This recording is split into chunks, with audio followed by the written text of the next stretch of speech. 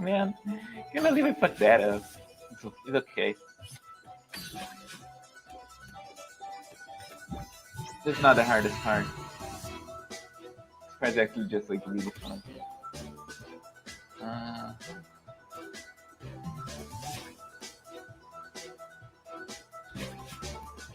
Wait. Do I just go here? Is this for strawberry? No, this is how you get the crystal heart. Yeah, you need to get all the crystals in each segment. Okay, Trixie's turn to stream. Well, this bit won't take too long. You just do this. Alright.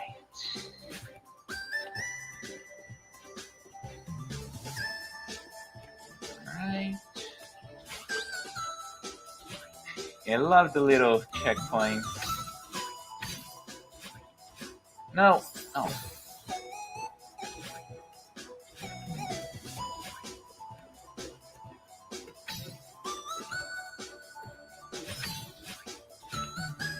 No.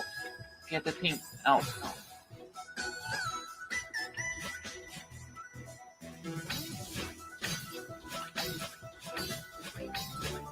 There we go. Just gotta feel it. Gotta feel it.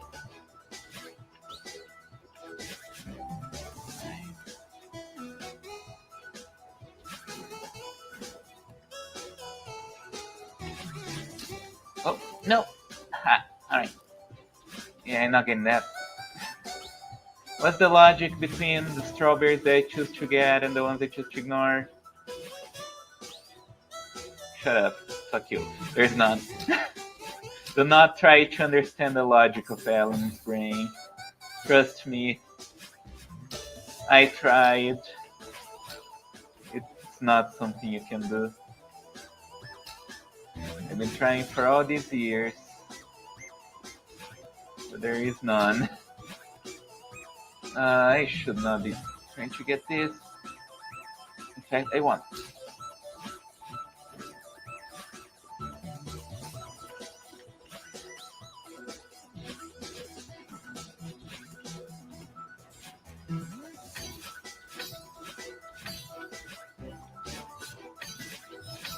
Damn.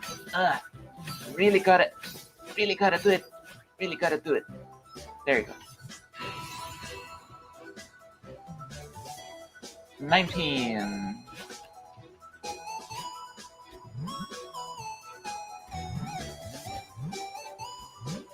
Nope. Nope. Go. 18. Alright, the wind is going up now. Okay.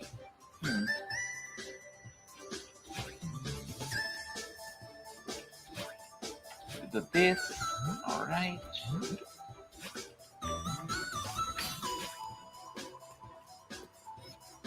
Ow.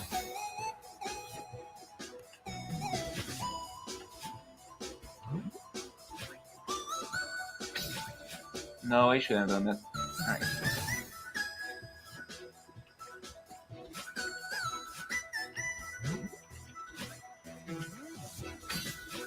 There we go. Why they keep going so far?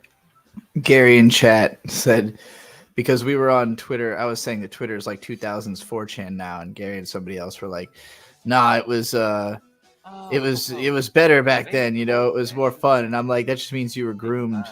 And one guy was like, no, I was already an adult. And I'm like, that means you were a pedophile, because what I remember 2000s 4chan being was lots of revenge porn of people just like posting sects they had received and shit. And every time I would see B, literally you could not go on B without seeing something that you were like, I'm sure that's illegal, you know, like that was a fucking dangerous place. At the time, I literally was like, I am too young for this. Turns out, I think everybody was the world was too young for that. I guess I touched it too early. Buckethead? I don't know if I want to see Buckethead live. I don't think I have enough drugs for that. You can't really just do that with one dash, because otherwise it would be really awkward when entering to. You ever tried to open a beer with a fucking Yeah, you absolutely can. It's very close to. small pair of fingernail clippers? I literally can't find anything else in my vicinity that I could open a beer with. They're too small. They're too fucking small. Oh, god damn it. Come on. Go.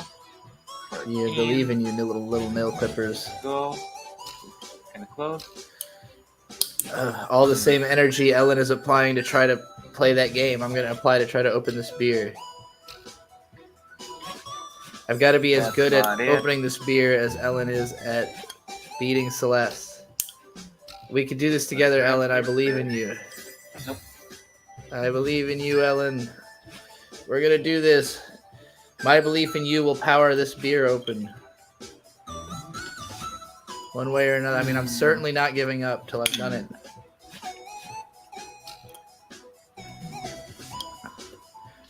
Come on, Ellen, you got this. You can do it. Even if you're literally tearing the fucking cap apart. Barely. Alright, to so get got it to off. that the better. I've never destroyed a cap so badly in the process of trying to remove it. Like Surely this should be able to just just come off, right? Ow. No? Still not? Alright. Let's go. These are the tiniest nail clippers I've ever fucking held in my life, I swear to God. I don't know why. I want to throw these in the garbage. I don't know who uses these. They're too fucking small. Oh, yes. Alright. Probably got an inch up to me. Oh, thank God. We did it. We did it together. Hey, Ellen made it past the part. I got the thing off the fucking beer. One dash, you pretty sure. Yeah, unfortunately, there's not a table in here that I could do that on. They're all like... The desk is glass. Okay. Obviously, I have them in my home, Gary. I'm in a fucking office room. Wait, what? How's the... Okay, just like this. Simple. I really didn't even want to have to take off my headphones, though. Go. I already felt defeated that I had to take off the headphones. No, wait. Press the button too soon. Alright, so grab. God, Anonymous, I don't want to know why there was so much blood when you tried to open a beer with a fork. That sounds awful. How much does Super Chat be opening a beer at a glass table? I mean, the full cost of the table.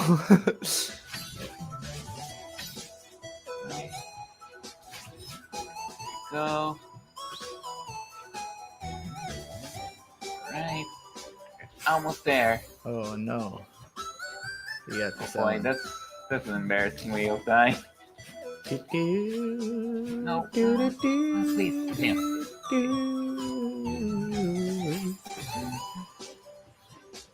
Alright. She'll probably be here eventually. Since nobody's shown up to give me any money to watch anything yet, I'm just going to tell you all about what's been going on today. In case you haven't really been on Twitter. Well, I'm sure all these things are around. Although MLP Eurobeat AMVs would have been 2010s, not 2000s.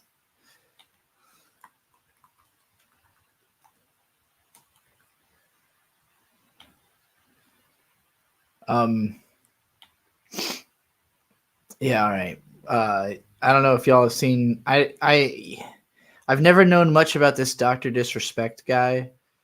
It's a very big Twitch streamer. I only really heard of him because my brother Shade had told me about him at some point.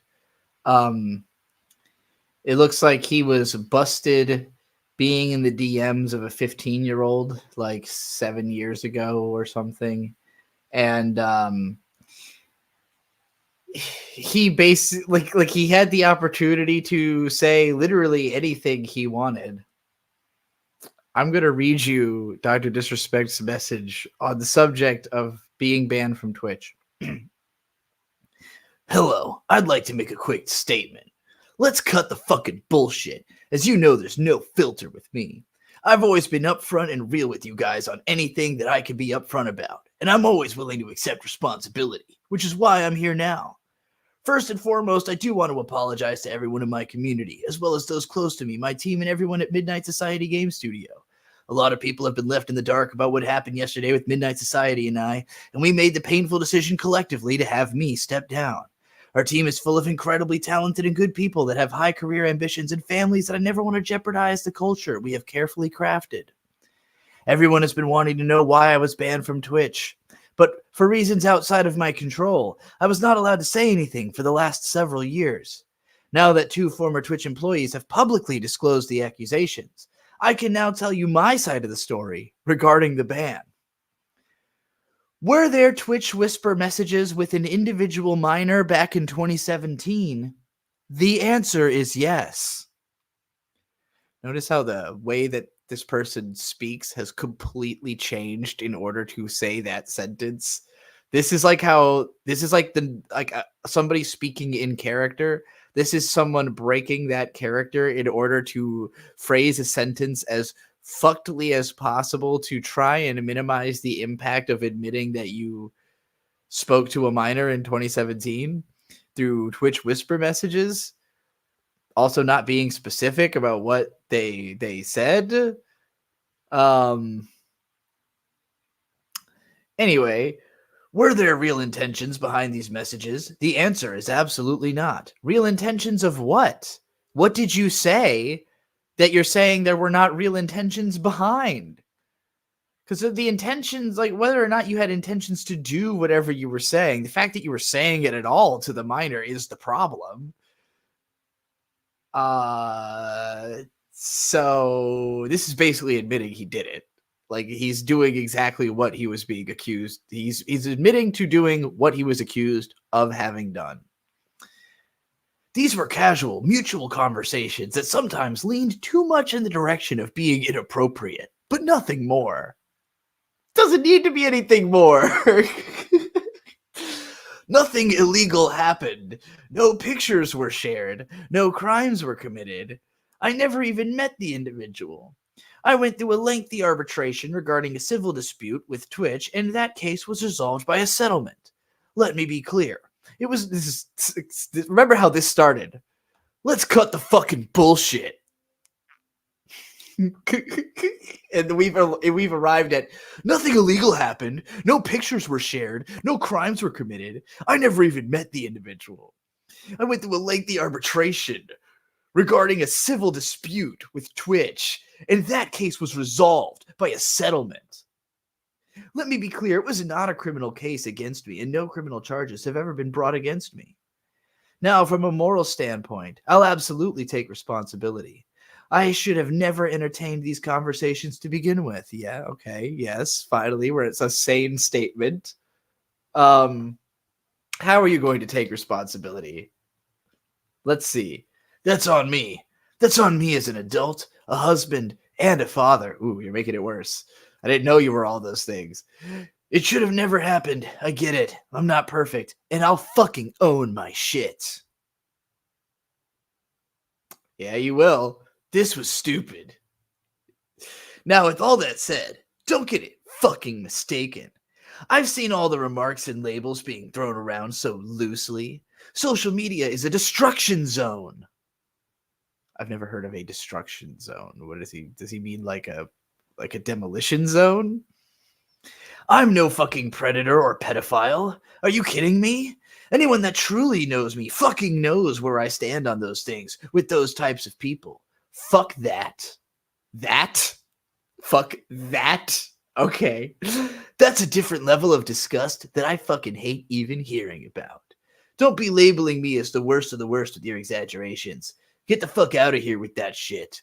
He has the same energy towards like being upset at pedophiles as that, like, you know, hello fellow kids, like image, you know, the Steve Buscemi carrying the skateboard, like backwards hat, like I'm like you. I fucking hate pedophiles, you know, like that's the energy of this. But I think I've said what I needed to say regarding the ban itself. That's it. That's why Twitch made the decision in 2020. To my team, community, industry friends that have supported me, I apologize. I wish I could have said all this sooner.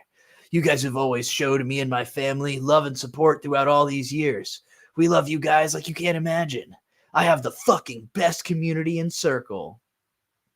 I'm fucking my community in Circle. If any of this has made you uncomfortable, I get it.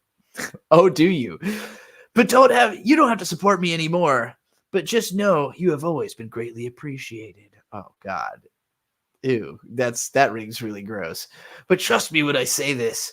To all my haters that live and breathe social media with zero real-life experience, I don't give a fuck about you. That's why you wrote a fucking 2-page rebuttal where you admitted that you sexted a minor. Finally, if you're uncomfortable with this entire statement and think I'm a piece of shit, that's fine. But I'm not fucking going anywhere. I'm not the same guy that made this mistake all those years ago. I'm taking an extended vacation with my family. That's literally going somewhere, you fucking moron. As mentioned on stream, and I'm coming back with a heavy weight off my shoulders. No, you're not. They want me to disappear. Yeah, fucking right. Yeah, so obviously the immediate sane response, thank you, President-elect Taguro, pedophile. Everybody immediately saw this and went, oh my God, Dick Masterson, I'm dying. The sweep is going to be epic, right? Here's somebody, he said, this is a statement for me personally. It does not reflect any of my companies and has not gone through any legal or PR approvals. If you inappropriately message a minor, I cannot work with you, period. I promised to only act on facts, and I did. I totally agree with this statement. I quote tweeted this and said, you actually can't talk to me unless you hate children outright. You ever tried having a conversation with somebody under 25? Insufferable. So, that's my stance. Nobody's allowed in this chat unless you actively hate children. That's the spirit of our show. Then I said some unrelated stuff about how I speak for the NEETs and I'm just Jesus Christ for autistic gays. If you don't follow my Twitter, I always bring the dumb cringe flames. Here's Dick. Were there intentions behind these messages? The answer is absolutely not. Yeah, guys just love talking to women they're not trying to fuck. I try to talk to 3 women every day just to get my fill of history and politics. The Quartering has already deleted his ball washing. Hold on, where's the screen capped version? Here we go. Firm handshakes. This was the Quartering's response. Maybe he didn't read the whole post before he said this. Maybe he didn't understand the post. Maybe his reading level is too low. Maybe he didn't actually realize that Dr. Disrespect was admitting to sexting a minor. But here's the Quartering. Respect, bro. You were upfront and honest about being a pedophile. Get 10% off my gay coffee with code NODS. The immediate celebrity admits to grooming a minor. The Quartering. Firm handshake. Max Carson, Mr. Girl, with the legitimate take, the most head on straight take. This is not what accepting responsibility looks like. You are, in fact, a predator despite not thinking of yourself as one. This was stupid is not owning your predatory behavior. It's a classic misdirection where you change the subject to how bad this was for you, the predator. Sending sexual messages to a vulnerable child who looks up to you is reprehensible because of its effect on the child. The only reason your fans would buy this desperate ploy is that there are gullible children who don't have experience with serial liars. Twitch is complicit here as there is a significant public interest in knowing that the streamer was a large fan base of minors, enjoys sending them sexual messages. Their only motivation for concealing that information is money. And YouTube, fuck you. Always good to throw in a good fuck you at YouTube. So yeah, thanks, Mr. Girl, for that. Here's Dick Masterson making fun of when he's, let's cut the fucking bullshit. You know there's no filter with me. The lack of a filter is the problem. It should be set at 18, preferably higher, but we'll take 18. Here's this is more of my own tweets. The Quartering. Hey creators who will be at RNC, reach out for collabs, bring your kids. Just fuck them kids from Dr. Disrespect. Funny. Oh yeah, Eric July's people, of course, are also for some reason defending and ball washing this Dr. Disrespect guy. I love this one. Every single person that's ever called LGBT people pedos or mentally ill without any evidence, but are out here defending Dr. Disrespect like your life depends on it. I want you to delete every online account you've ever had and throw away every piece of tech in the trash. You deserve no online presence. Thank you for that. Epos Vox or Epo, however your name is said. That's a good one. It's always the people you absolutely expect with the quartering sperm handshakes. Guys, Dr. Disrespect's messages to a minor were 7 years ago. She's a woman now. He could do the right thing and leave his wife for her. That's pretty funny. This quoting somebody who said, the real question is, did he know she was a minor before they started messaging? My brother in Christ, he just typed a 10-paragraph letter trying to defend himself, and that's the part he would leave out? The one thing that could possibly redeem him? Are you guys high? I thought that was funny. Oh, of course, Melanie Mack's going to come up in a second. And I didn't even know that. I didn't know she was going to be relevant today. I just made this song in the park earlier. Faggot, faggot, Melanie Mack, faggot, faggot, faggot, Melanie Mack, faggot, Melanie Mack, faggot, faggot, faggot, Melanie Mack, faggot, faggot, Melanie Mack, faggot, faggot, faggot, Melanie Mack, faggot. Melanie Mack, faggot, faggot, faggot, Melanie Mack. If you don't know why I did this, it's because Melanie Mack is this girl who's basically made her entire reputation the fact that she likes to say faggot. Her opinion on this, absolute insanity. Thank you for the Dark Souls meme over this, Kate Bush's husband. In light of this Dr. Disrespect stuff, just remember that women are very deliberately streaming sexual content that Twitch even puts on the front page sometimes, visible to minors. Shut it all down. Yeah, amazing take on this guy DMing 15-year-olds. That's totally comparable. That's totally... Good God. Anyway. Melanie Mack, faggot, Melanie Mack, faggot, faggot, faggot, Melanie Mack. Faggot, faggot, mostly her career is that she says faggot, and I don't know. I guess most people are like scared to do that right now or something. Faggot, I'm obviously faggot, not. Faggot, Melanie Mack. Yeah, more just people reposting the quartering, being very supportive, very cool, as Dick put it. The quartering, I wanted to wait for more evidence to come out. Nothing wrong with that. Anyone remember Trevor Bauer? The fact of the matter is, Doc texted a minor. He admitted it in a statement. He did not say in that statement that he didn't know their age or that he stopped when he found out. I'll take my L happily. The next time something happens, I'll still give people the benefit of the doubt and wait for the facts. People deserve that. Innocent until proven guilty. To which Ethan Van Sciver said, why is this guy covering for and downplaying what this disrespect guy did? He was sexting a minor and planning to meet with him at TwitchCon. Quartering says texted instead of sexted and something instead of grooming a child for sexual encounter at TwitchCon. And he'll wait for more evidence here, but spread blatant unchecked lies about me to help his powerful YouTuber pals. It's just weird that Jeremy is often providing covering fire for creeps and perverts. A pattern is emerging. Indeed. Yeah, don't worry. I'll clip all this. The quartering. I have seen numerous claims that you have to be 18 to use Twitch Whispers and literally nothing to substantiate that. It's made up out of thin air. Bird said, you know what's not made out of thin air? Dr. Disrespect admitting that he did it. Admitting that he did it. You're a twat. The quartering. Indeed.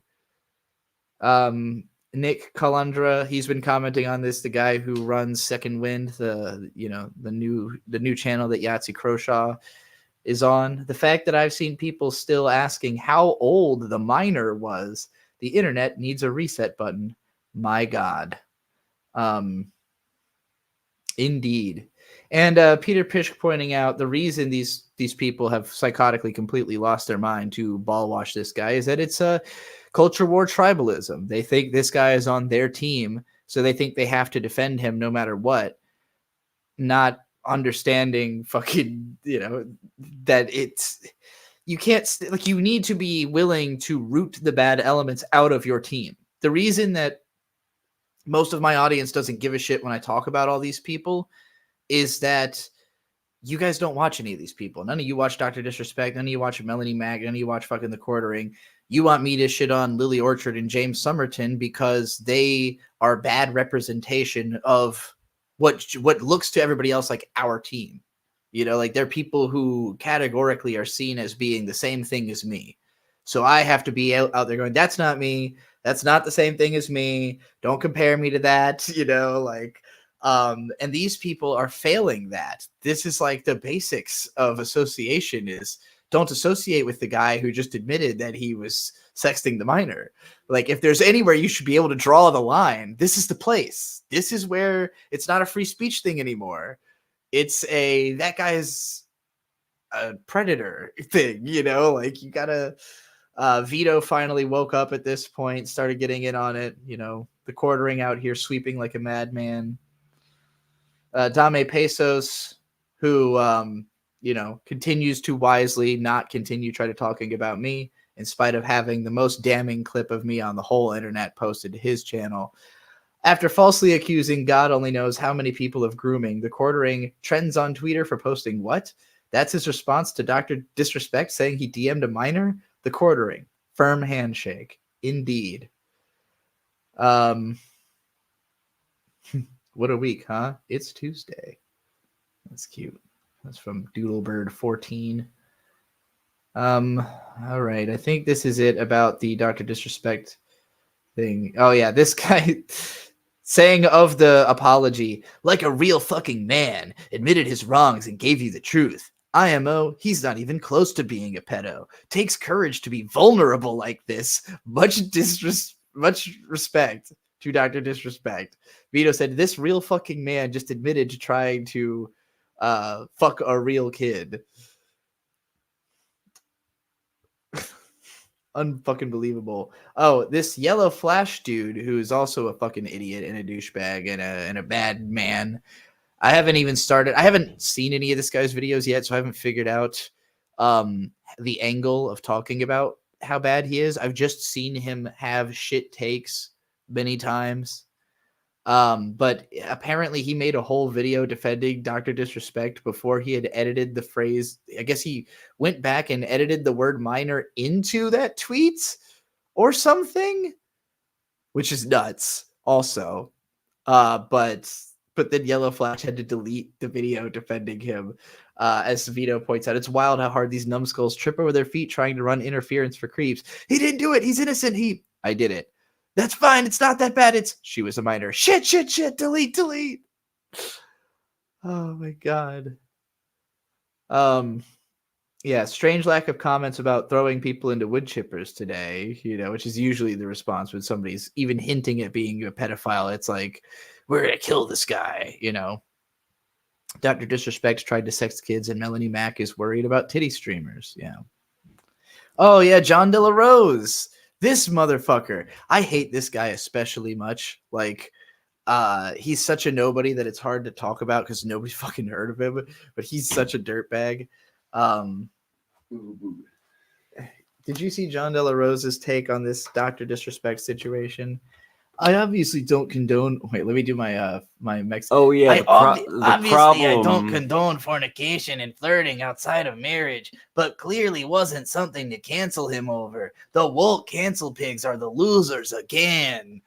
John De La Rose defending a pedophile, literally, or an ephebophile, if you want. I don't condone fornication and flirting outside of marriage. He doesn't even care about the age. He's making it a outside of marriage. Not a lot of things on the internet have made me as mad as, you know, Riley recently. But like all the people defending Dr. Disrespect is like, he literally admitted to sending text to an underage person. Yeah. There's no defending this. You cannot ball wash this guy over this. And not like did fun fan bad. texts. Like, we haven't seen the text. I'm sure we will.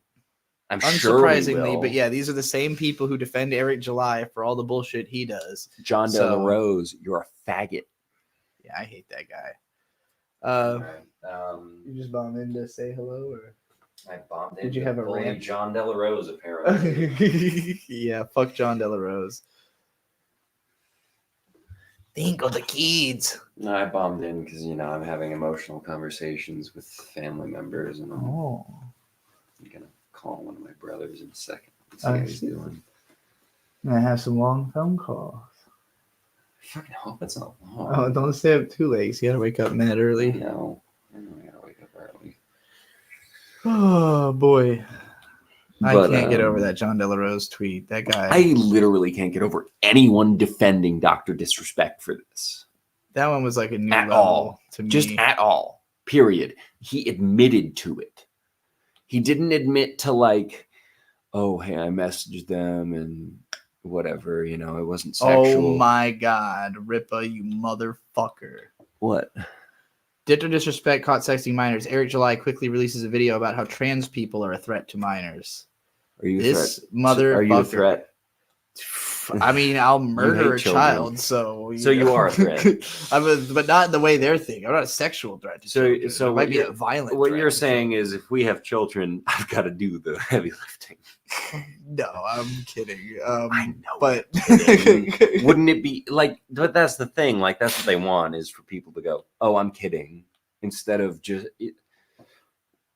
knowing inherently that it's a joke. Exactly. It's a fucking joke. We're We're speaking in hyperbole because it's a joke. We don't get to make jokes. Understand jokes, Yeah. please.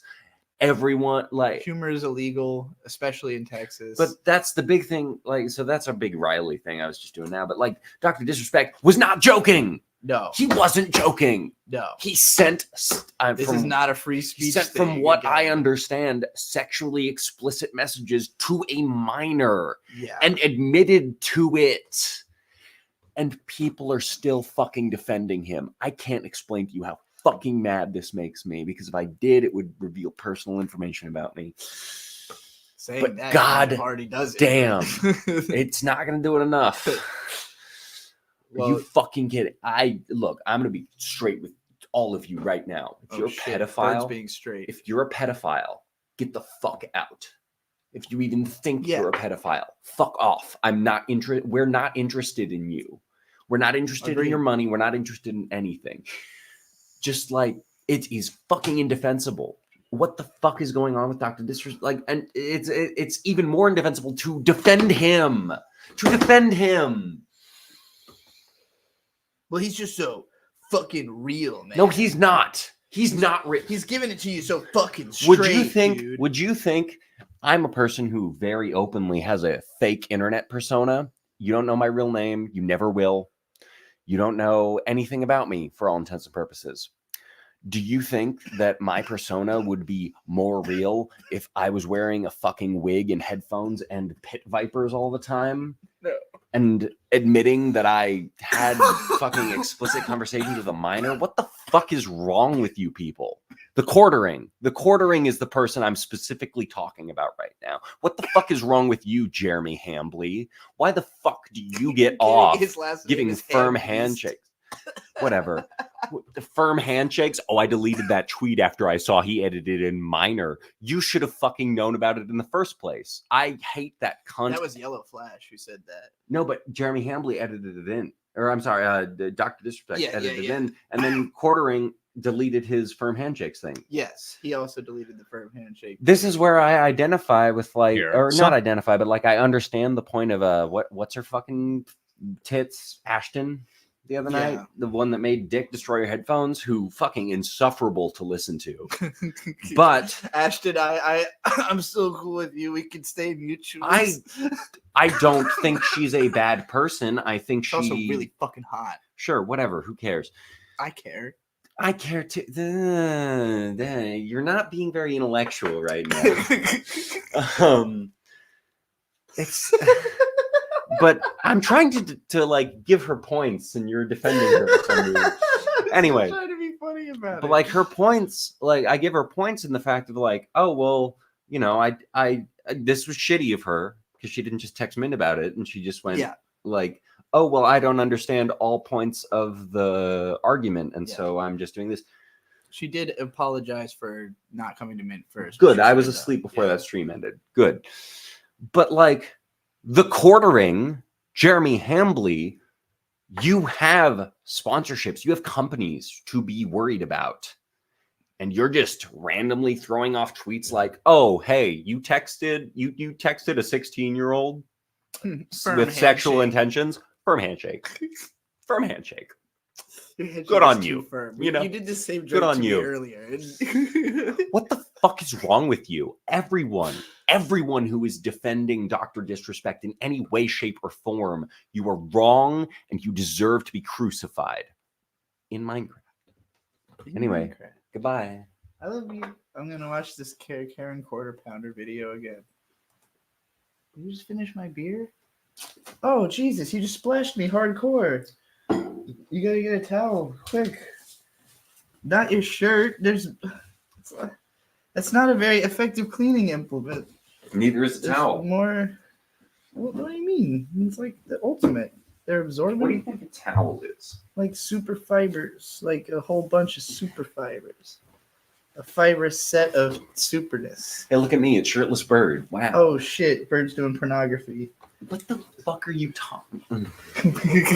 I can't say that. No, Bird's doing innocent pool reviews. We're doing a pool review, so we have to be y'all. You talk about wanting an hourglass figure. Look at me right now. Damn. Like literal hourglass. I'm sorry, the whole time that this Dr. Disrespect conversation's been going on, the only exposure I have to this dude is there's like a gif of him set to a techno remix of the Gillette ad jingle. Oh yeah. Gillette, the best a man can get. Yeah, no. It's I know. all me too. I can think of when I think too. of this guy. And so the whole conversation, because like one time we listened to it on loop for like an hour because we didn't realize it was just drugs. True. But yeah. So every time his name comes up, I'm just Gillette, the best a man can get. I don't know. It's just like all these right-wing assholes coming out in defense of a. Okay, so I'm not going to say a literal pedophile because I think that's insincere. Ephebophile. That's the one, right? Yeah, yeah. He's an A literal ephebophile trying to fuck a 16-year-old. I think I heard 15. But Whatever. Anything under 18 is a problem. Yeah, exactly. Anything. Well, 15 is just illegal in every state, I think, compared to 16, which is legal in some states, and that's fine. Places. You know, the age of consent in Japan is actually 12. Great. You know, the age of consent in Japan is actually 12. The age of consent in Japan, it's 12. Well, the age of consent in Japan in some prefectures is 12. Yeah. Did you know that? Did you know that? I did. That's actually a Thank really good reason to Thank you.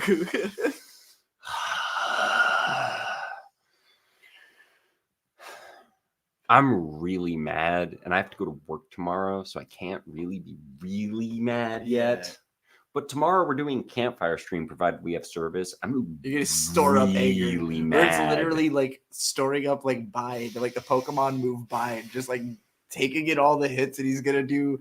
Actually, there's like in Final Fantasy X, there's this one summon that does this shit where like it keeps getting summons. I've heard from Elden Ring fans that summons are a way to cheat the game, and you're not actually playing it right.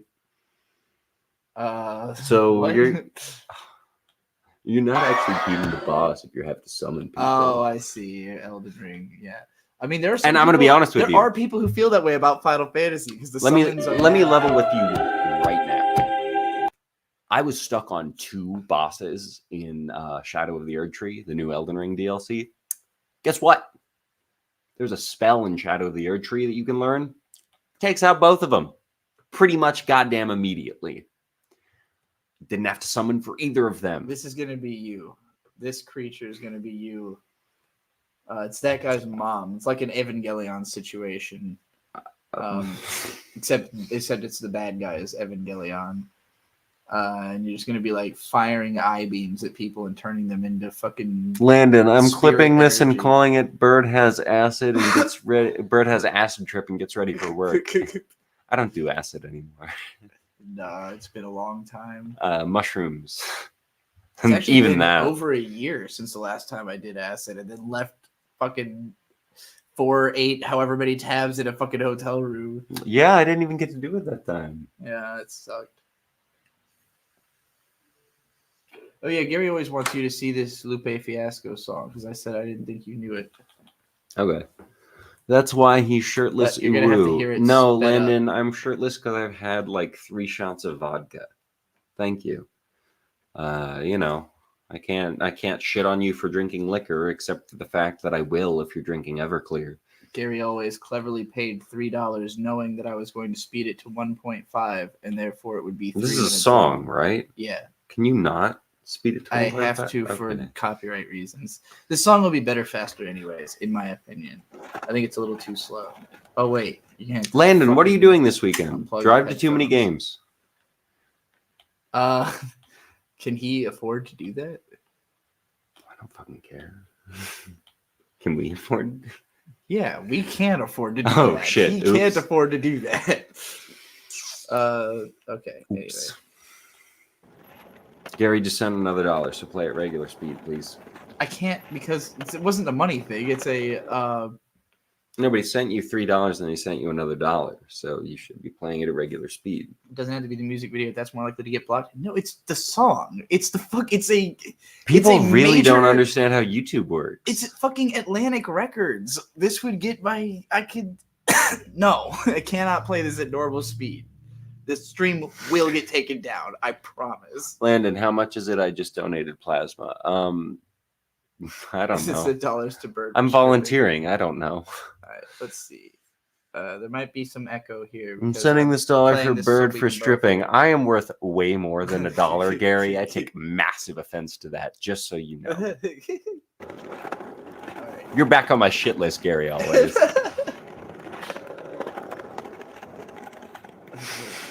This is the song that made Lupe Fiasco first famous in like 2006. What up, y'all? Yeah, soundtrack was poppin', baby. This is way better. Y'all ain't know. I go by the name of Lupe Fiasco, representing that first and 15. Yeah, and this one right here, I dedicate this one right here to all my homies out there grinding. You know what I'm saying? Legally and illegally. You know what I'm talking about? So, check it out. First got it when he was 6, didn't know when he tricks. Matter of fact, first time he got on it, slipped, landed on his hip, and Okay, wait, that's too fast. I need it a little slower because I can't understand what he's saying at that speed. 1.25 should do it. you know what I'm saying? Legally and illegally. That sounds more You like know the what I'm song. talking about? See, all check it I've out. got to First got know it when he about was- Lupe Fiasco is I've heard the song "Sag My Pants" by Hobson, Uh-huh. and I can't say all of this. Is this what you were looking up just now? Is the lyrics to I was trying to remember exactly I what thought the you were line looking up was. the lyrics to Kick Push to read them along with the video, but actually you were completely ignoring Kick No. Push to go look up a Hobson lyric, I can't. making fun of Lupe I can't Fiasco. say the N word, right? No, you cannot say the N. Can I What were you- say- Why was that a question? I'm just making sure. Can I say all you N words? Just say homies or something. Whoa! Slide the euphemism treadmill and say some homies shit. All you Clydesdales is faker than Lupe Fiasco claiming he skateboards. Haha. Yeah, right. That Clydesdale can't even ollie. Well, damn. I'll be This very. is the whole song about him skateboarding. I'll be very generous. Lupe Fiasco has proven that he can ollie. okay. Let's hear him. But talk Hobson about- deserved to shit on this guy, this Clydesdale. I mean. Do you know what a Clydesdale is? Am I just Is it saying like a black It's horse? a horse. No, Okay. it's not a black. It's just like a a big- horse. I thought they It's a were big- brand of horse. Yeah, like the big horses, right? Like they're horses. I thought they were big horses. Anyway, Legally. You know what I'm talking about? So, check it out. First got it when he was I didn't 6, say didn't know when he you. tricks. are you going to listen to the goddamn song or not? It's a Clydesdale. Okay, They're look just- up the lyrics to Kick Push so you can pay attention to this because you're I've never heard going- kick push before. Are you sure? I'm kick push. Yeah. Does he not at some point? He in the- does do that. I know he It's does just that. really I've heard the song. It's just not evidence of having heard it, like the actual song. All right. You know what I'm talking about?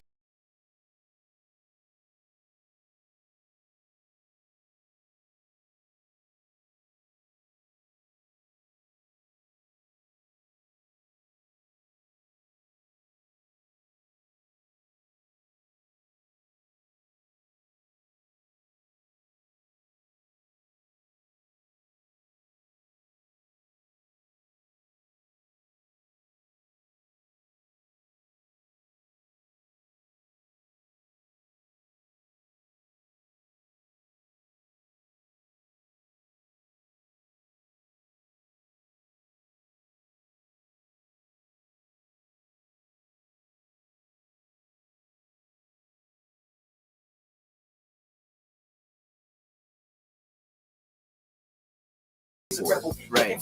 You don't get that out of a Yeah. kick, push, coast. You don't get that out of a regular skateboard. You get that out of a longboard. Well, it depends on if you're on like a straightaway or like a downhill or whatever. I don't No, think the I mean, experience it is that kind totally of different, but you No, definitely it's do a lot more coasting on a a longboard. longboard. No, what I like. It's important to realize Bird is exclusively a longboarder and not a skateboarder. He does not do it for tricks. Or I got for- in an argument in sophomore year about how longboarding and skateboarding weren't that different because Gary says that's why it's your song because it's secretly a longboarding song. it is true. Yeah. But no, there was this girl in my English class who was like, "Oh, my dad's a professional skateboarder, and he's way cooler than you are for longboarding." And I was like, "So your dad's more willing to violently injure himself?" Yeah. That I literally said that. Yeah. It's not like a meme or anything. No, It's yeah. just like your dad's more willing to get Hurt. Yeah. hurt. Cool.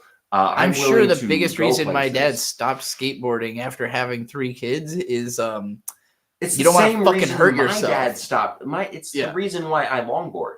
Right. Because I didn't come into my dad skateboarding. That would be silly. Yeah. I came into him riding bikes and longboarding occasionally, and I Yeah. thought longboarding's cooler than this. I have more enjoyment out of this, and so I Yeah. started longboarding. I broke his longboard over a fucking train track. damn. I was so devastated. All right, let's finish this song. Kick, push.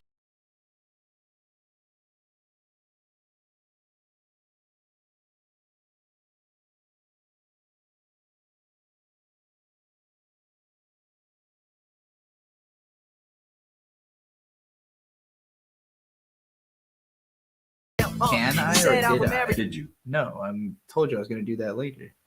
Well, I was just asking. Okie When you do it, please put our longboards in the car. Oh yes, good thinking. Every time I keep forgetting to pack our longboard. Every time we've gone camping in the past like 3 months, I come to a point where I'm like, "Did you pack the It's longboards?"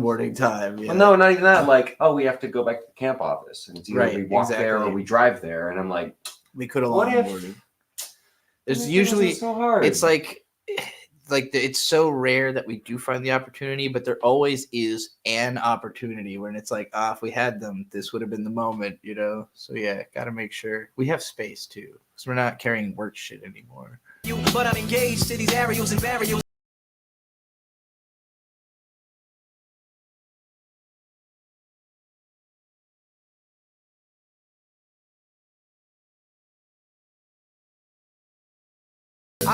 Oh, you just saw the his Eric little- July video that he released is about Chris Tyson Oh, why is he talking about Chris Tyson?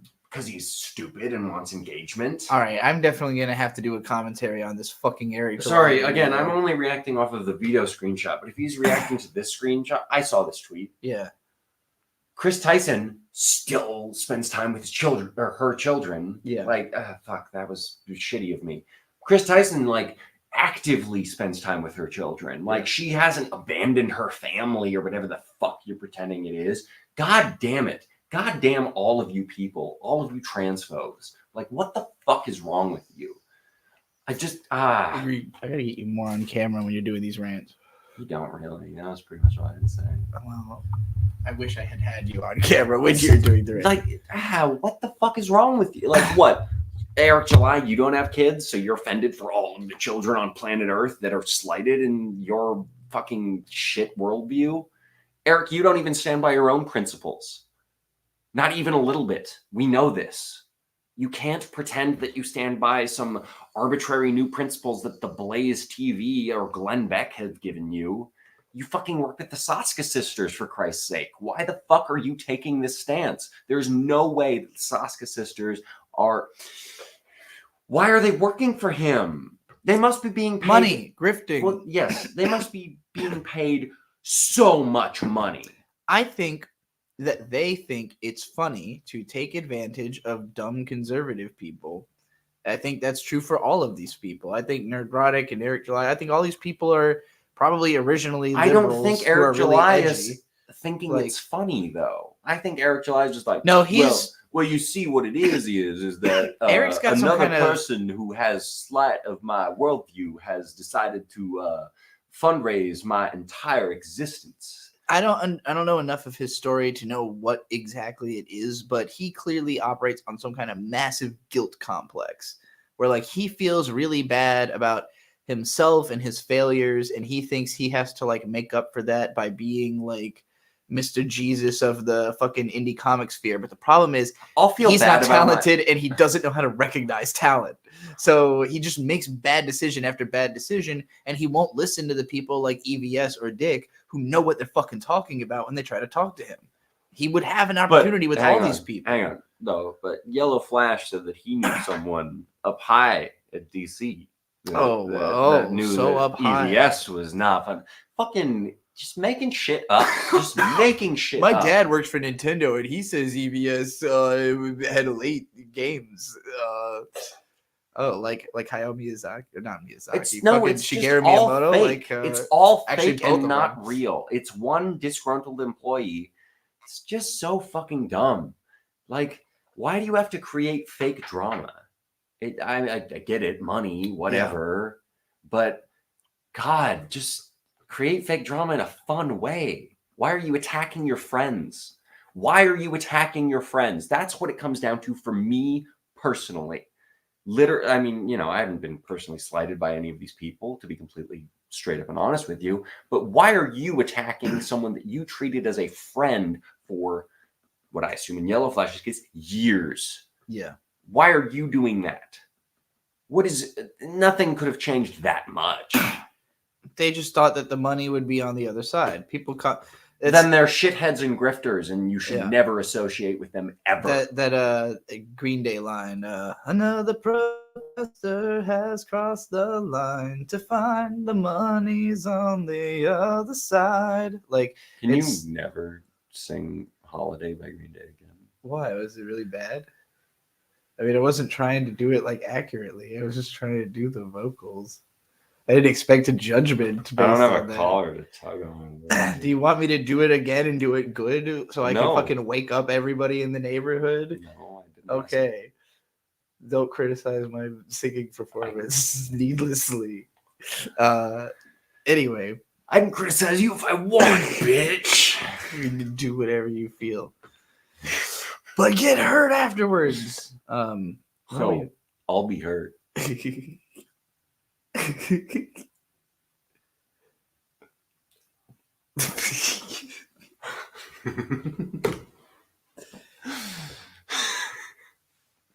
God, everyone's just so fucking stupid.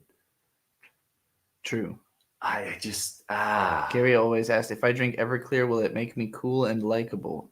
No. Do you think Landon comes off as cool and likable? When he's I drunk think on Landon's Everclear? entire bit is to come off as uncool and unlikable. That is kind of his That's like a big part of when his he's bit. really shit faced. I mean, from what I gather, is when he's really shit faced. He's trying to be like the worst person possible. And it's funny because I can recognize that. Yeah. But like any other person, I would ban from the chat immediately. Yeah, it's true. Unless they were doing it. I mean, if they were doing it at the same level he does it, though, we might just be like, "Oh shit!" Also, as long as we're shitting on butthole Landon, weeb hey, situation. Landon, you've been tagging me on Twitter in sexy Pomni arts. I don't think those are unsexy. I think the character Pomni, is unsexy. as originally drawn, Yeah. is not sexy. Yeah, it's different if you transform it into something else. I literally said Gary always has done some sexy drawings of Pomni. Right. Because they're not the same fucking thing. Yeah. They're different. That just, just recognize that. They're not I just like how you literally said, Landon's just trolling. And by the way, Landon, your trolling on me is working. Landon's trolling on me can work. I'm not look, maybe I'm just feeding into the bit. That's true. But that's true. I don't know. Landon says, "What? I never do anything wrong to get banned." Landon, before people knew who you were, I literally saw Ellen like warn you. Or no, not even that. It was after people knew who you were that Ellen was like, "Hey, tone it down. Cut it out." All right, we really have to finish this song because now we've got to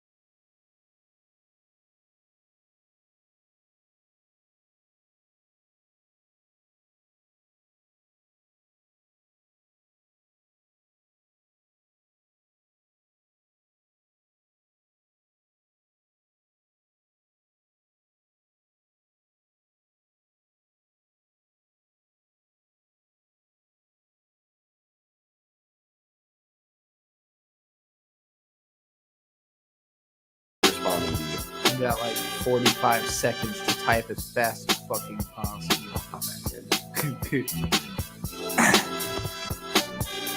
I'll pop back in like 10, 20 minutes. Doki doki. Anyone got any questions for moi? You gotta give him a second to type that shit. I don't gotta give that fucking. I can type 70 words a minute. Time for Chiramiru again.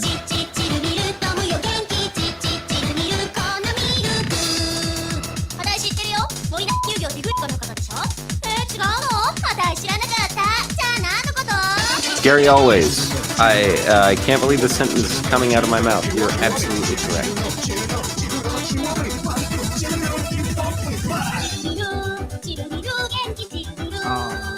We got auto. See what it comes up with. He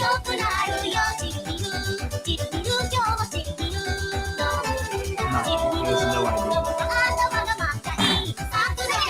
Ellen Horai. I have no idea who Bird is. I'll see you, Mr. Super Chat.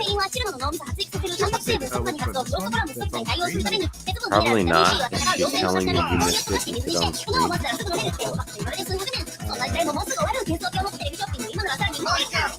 Trixie, Oh yeah, I never criticize, did actually answer this also. criticize my, hang on, Rose of the Recapture article. We haven't seen it. Do you want her to? What is? That's the new Code Geass. Yeah. Maybe it's an introduction. The main, I'm sorry, one of the Code protagonists is Lelouch's niece. My opinion, because it's not directed towards me, it looks good. I want to watch it. Yeah. I don't know if they could even hear you talking over how loud I was playing Chiramiru just now, but we'll find out. My opinion is that it looks good, Yeah, and no, I want to watch I want it. to see it too. Let's see if this sells me on it or tells me that it's actually dog shit. Can I assume I can just find this by searching? No, this is the Code Geass wiki. That is not. It did not get me. How do I get to this article, Asalib? Is it over here? Neko Love? Wait, who the hell is Neko Love?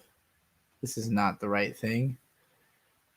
Wait, yes it is. This is Asalib. You are Neko Love. Okay, we figured it out, gang. This is not the same thing that you requested. Here we go. All right. Why you need to watch Code Geass, Rose of the Recapture, and why everything you need to know about it. Okay. Okay, this looks short. Let's go for it. Quick background at the start. This show follows the events that occurred in the first Code Geass series and the Resurrection films. Do I need to see all of them then? Because I was kind of hoping I don't have to go back and watch all that.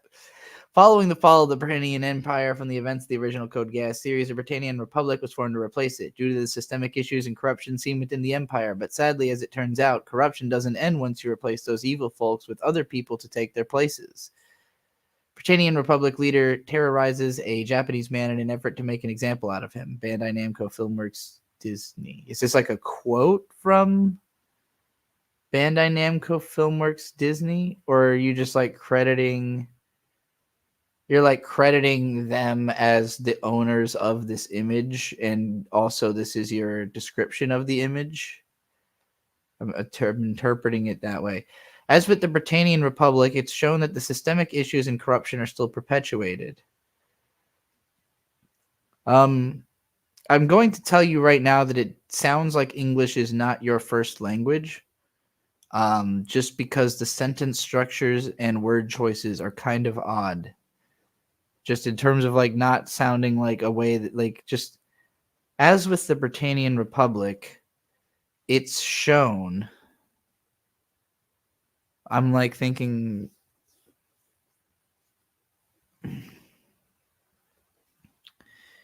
the corruption and systemic issues which had been portrayed in the original series. There's a better way to phrase this. I know there's a way to phrase this that I understand what you're saying. As with the Britannian Republic, it's shown that the systemic issues and corruption are still perpetuated. So like the systemic issues and corruption of the Britannian Republic have not been dealt with at the time of this series. Maybe that would be a way of saying it. That sounds just a little bit more direct. There's something very indirect about this way of phrasing it. As seen in Rows of Recapture with the likes of some people within the Republic's leadership. There's also a lot of very fragmentary sentences. So, like, this is still a part of this sentence, I think. Also, they both start with as.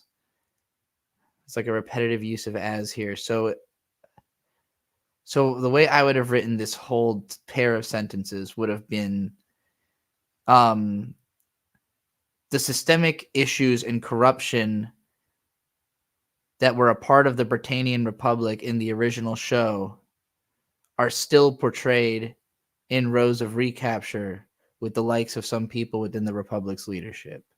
It's still a little clumsy, but it just reads more naturally. Some take advantage of the colonized Japanese just for their own amusement. This is shown as we're introduced to our main characters. Rose, the main character, and has the Gaius curse. Ash, Rose's older brother, and muscle of the group, Black Car. Is this motherfucker really named Black Car? Leader of the anti-Britannian Republic / terrorist leader.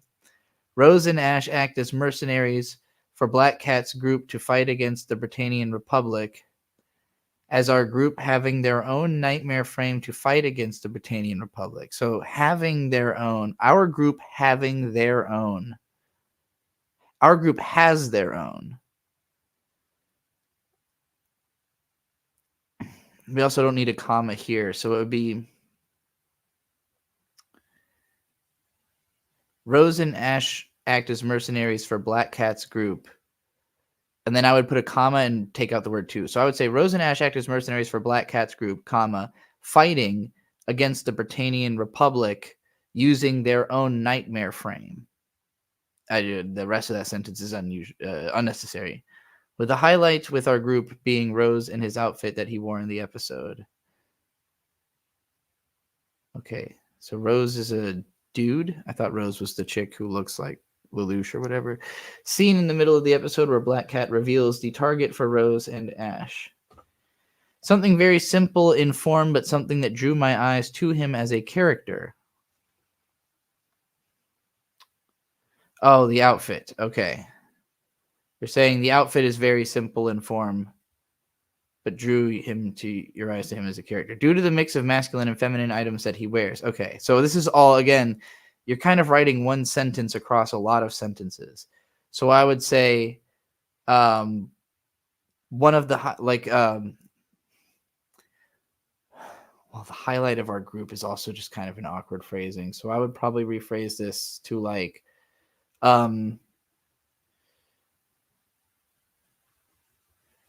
Rose is the highlight of the group, particularly because of the outfit that he wore in this episode. I would make that the end of that sentence and then, show the picture and then say, the mix of masculine and feminine items that he wears drew my eyes to him, even though his form is very simple. Again, it's like all the same words kind of, but just arranged in a way that maybe is a little easier to follow. And with his little necklace, an item that becomes important later within the show's first episode. I would say he's even got this little necklace, which becomes later in the episode. The plot with our group centers around the fact that Rose and Ash are hired by Black Cat's organization in their effort to overthrow the Britannian Republic in a similar fashion to the Order of the Black Knights and Code Geass, with the goal of Rose to save, or as the title entails, recapture his best friend back from the Britannian Republic, what seems to be in their custody, with her name being Sakura. Who seems to be in their custody? Sorry, I misread that. And so, following the action of a couple high-ranking officials taking action on a few Japanese folks, our group makes an effort to take them out in a battle repeated motif of chess. In the battle, a repeated motif of chess.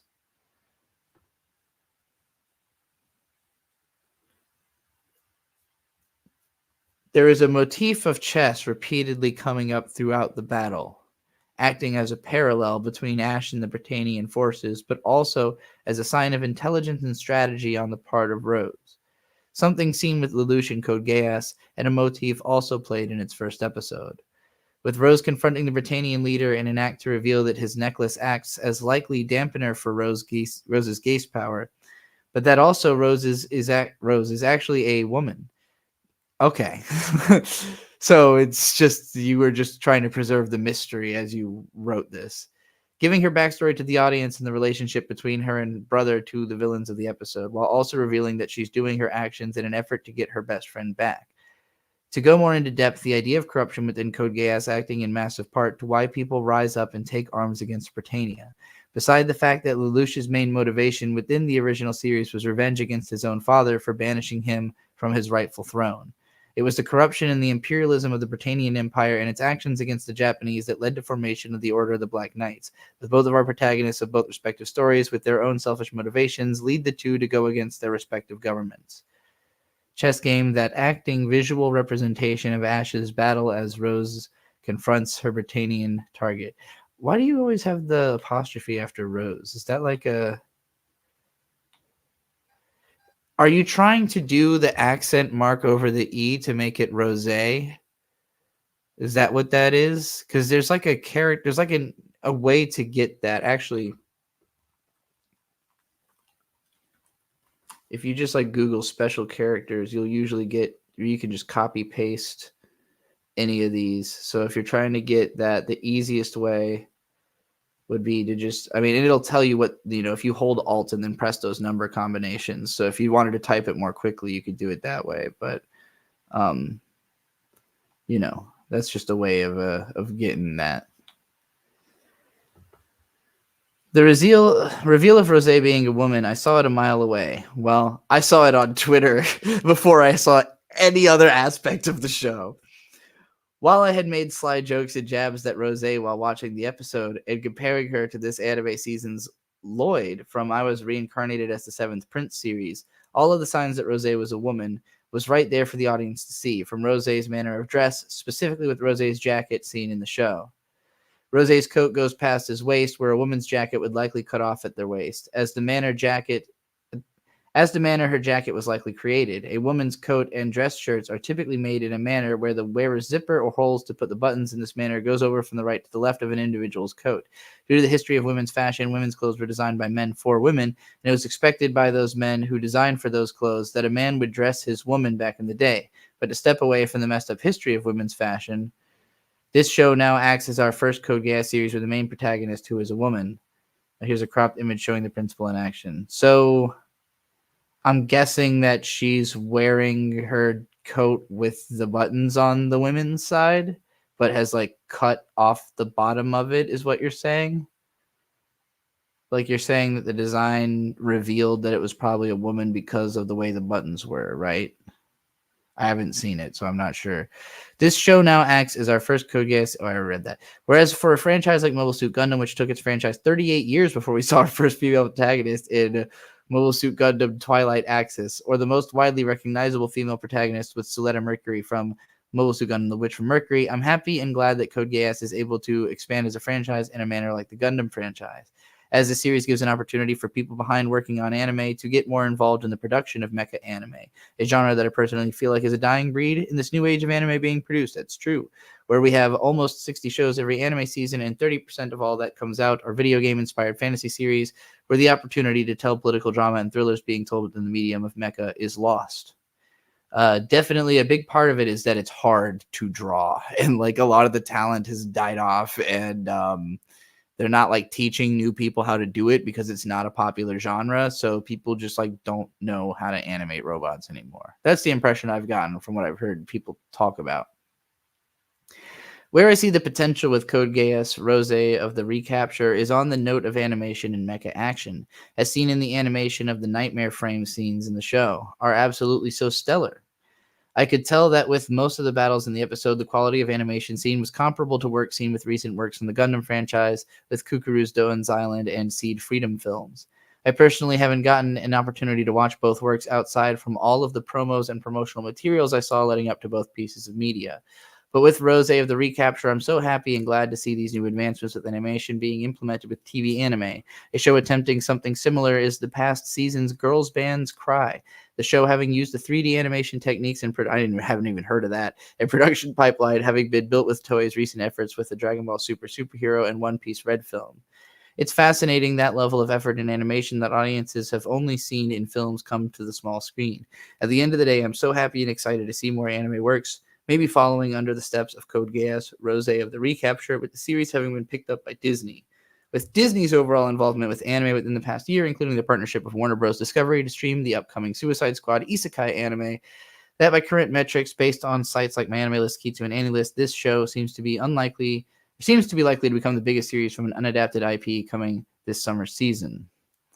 I assume you're talking about the show seems likely to become the biggest series from an unadapted IP coming out this summer season. You're talking about this show, right? Rose, as she strikes a pose reminiscent to Kamen Rider Rikui as she activates her gay-ass ability. In a roundabout way to say, if you have the opportunity to make an effort to check this show out, it's an amazing show with a great narrative and overall production with a plot of potential. This has been Asaweeb, and I'll be signing out.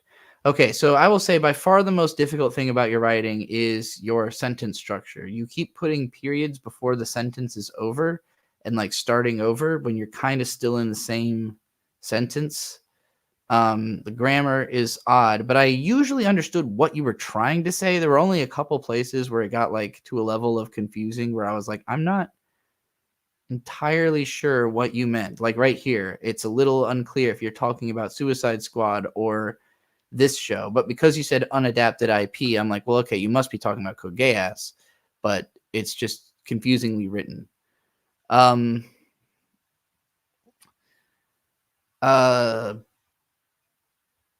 terms of like the content of this, I think it starts off kind like, so it's hard to tell. I feel like you've written this article for people who haven't seen it, trying to convince them that they should watch it.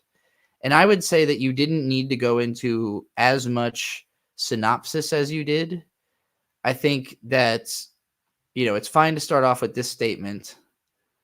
Although I kind of wanted to know more. Like, I want to know more about, like, have you seen the Resurrection films? Like, is this continuing the plot? Would it help me to have seen those movies? Because I haven't. So I don't know if I can just watch this blind without watching those, or if I need to see that to understand this.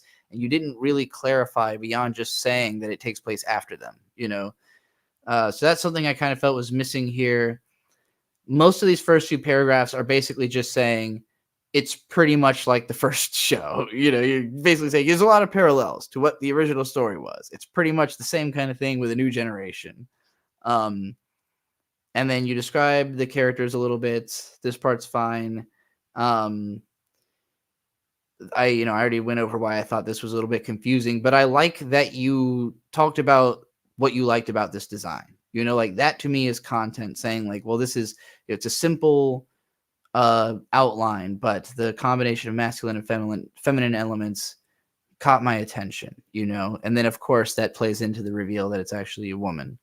I don't think we needed all of these details about the plot other than like, I guess I think you could have made this article could have been half the length with the same amount of information is basically what I'm trying to say. I like the speculation about, whether this thing's a dampener, talking about how you thought it was obvious because of the outfit. This is probably the most like personal piece of like a content of like, this is something I noticed about the show. This is something I thought it was trying to tell me, and that's why I picked up on it, and I'm talking about it, sharing more of your opinions about comparing it to Gundam, the excitement about having a mecha show that actually can continue, keep expanding, have female characters, do these things that it took a long time to get from Gundam. I understand that excitement. I like this part where you're comparing it to other recent shows. Makes me want to go look into Girls Band Cry. I would even say you could have put like hyperlinks to like trailers for these, so I could just go look at those these movies and shit, and like just go see what you're talking about. Like you could have taken out a lot of you writing your own explanation and substituted that with like a screen cap of the Mal entry, or like a like just a link to the trailer, like an embed of the trailer or something like that, just to give yourself less work and rely more on the strength of the thing itself. This definitely takes me back to reading anime blogs. This is what a lot of anime blogs felt like back in the day. So I appreciate the nostalgia trip. All right. Enough about also, he says you don't need to watch the Resurrection films. Okay, that's good to know. That means me and Bird can just watch the new show completely, because Bird hasn't even seen original Code Geass, and I never finished R2. So we're way behind, and neither one of us has seen any of the Resurrection films or whatever the fuck they're called. All right, Plague on Humanity with $5. Titled The Song of the Ramblings. Could you review a cover done by my friend Mixie? It's the first cover they've done, and I would like a crit. I dropped it on the We Watch Art channel in the Discord. All right. Oh, damn it, fucking mouse. Okay. Here we go. I should probably plug my headphones back in for this.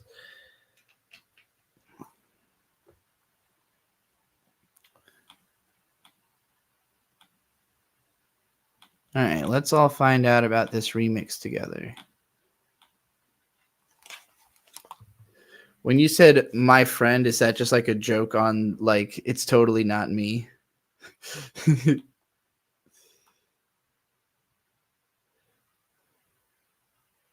I totally didn't send you my own song. All right, let's make sure this is not at a weird speed. It does not seem to be. Okay. Why did that happen? Whatever. Keep on dancing, put your hands up, don't stop moving body. And tell me what you got, baby. Please kiss and hold me tight and move your body right. And I don't wanna cry, cause talk cheap, let's go all night. Keep on dancing, put your hands up, don't stop moving body. You know that all that girls want a party junkie. Why junkie?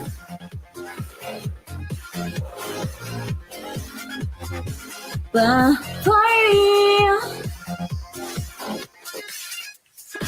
It's Friday night, let's hit the floor, I'm going crazy.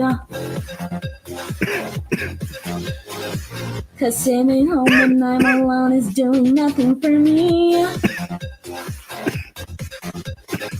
I have my time, I have my fix, I want another. I got this feeling, makes me sad that you're not like the others. Just because I need the rush of it doesn't mean I can handle it. Sliding. Okay.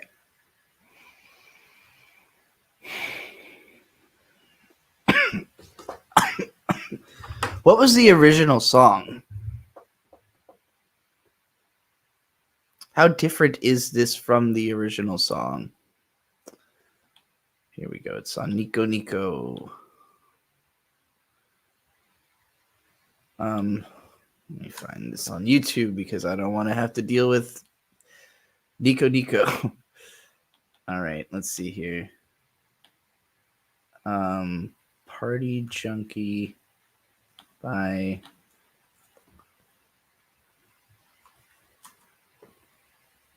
okay.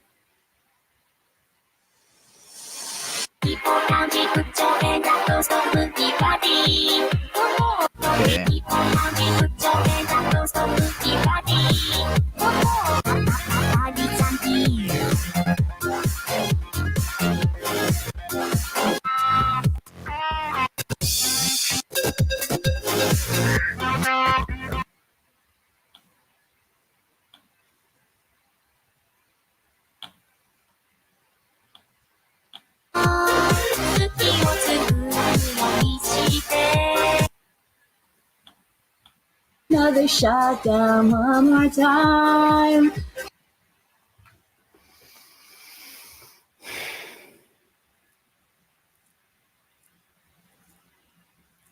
Okay. So, I'm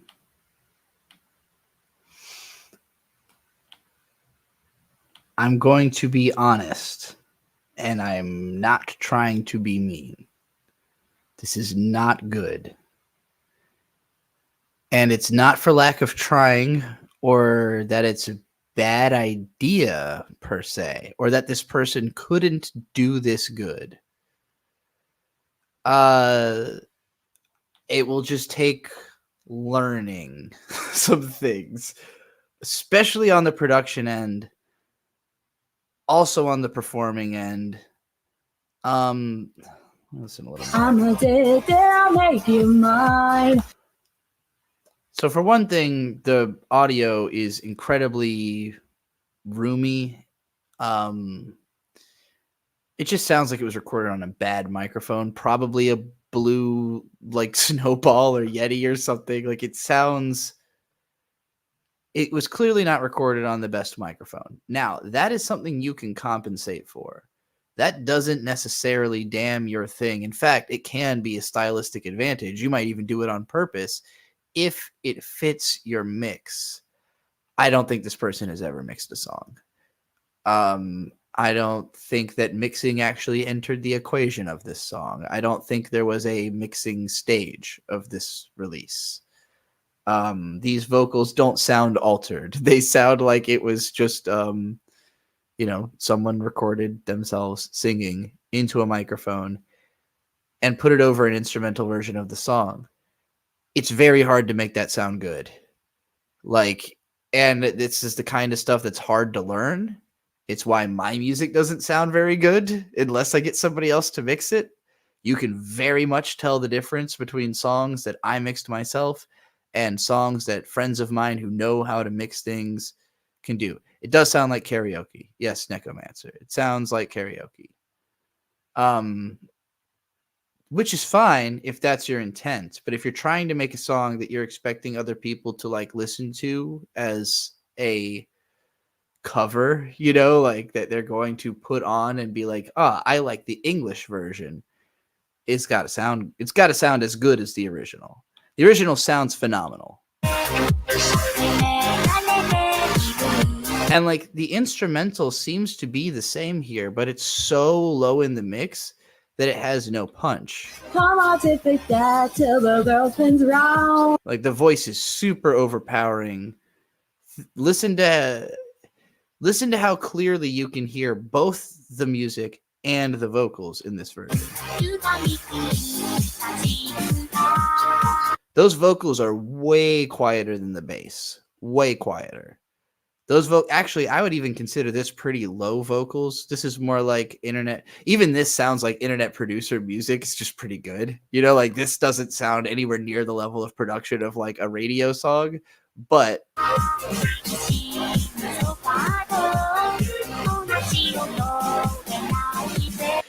there's also a difficulty here in this song is done with harmonies. This is multiple Hatsune Miku voices singing over one another in slightly different pitch. So you would have to harmonize to make this sound like it does originally. And the melody it's obviously meant to be done with harmonies. It doesn't sound as good solo.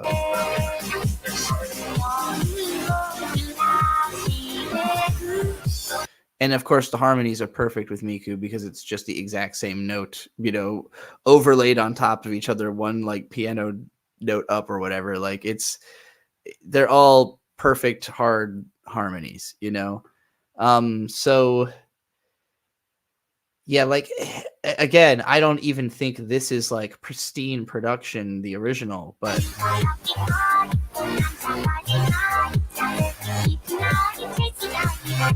it bumps in my headphones, this Got a place not far from town. It sounds like the music is playing somewhere in the background, and that I'm in a bathroom with.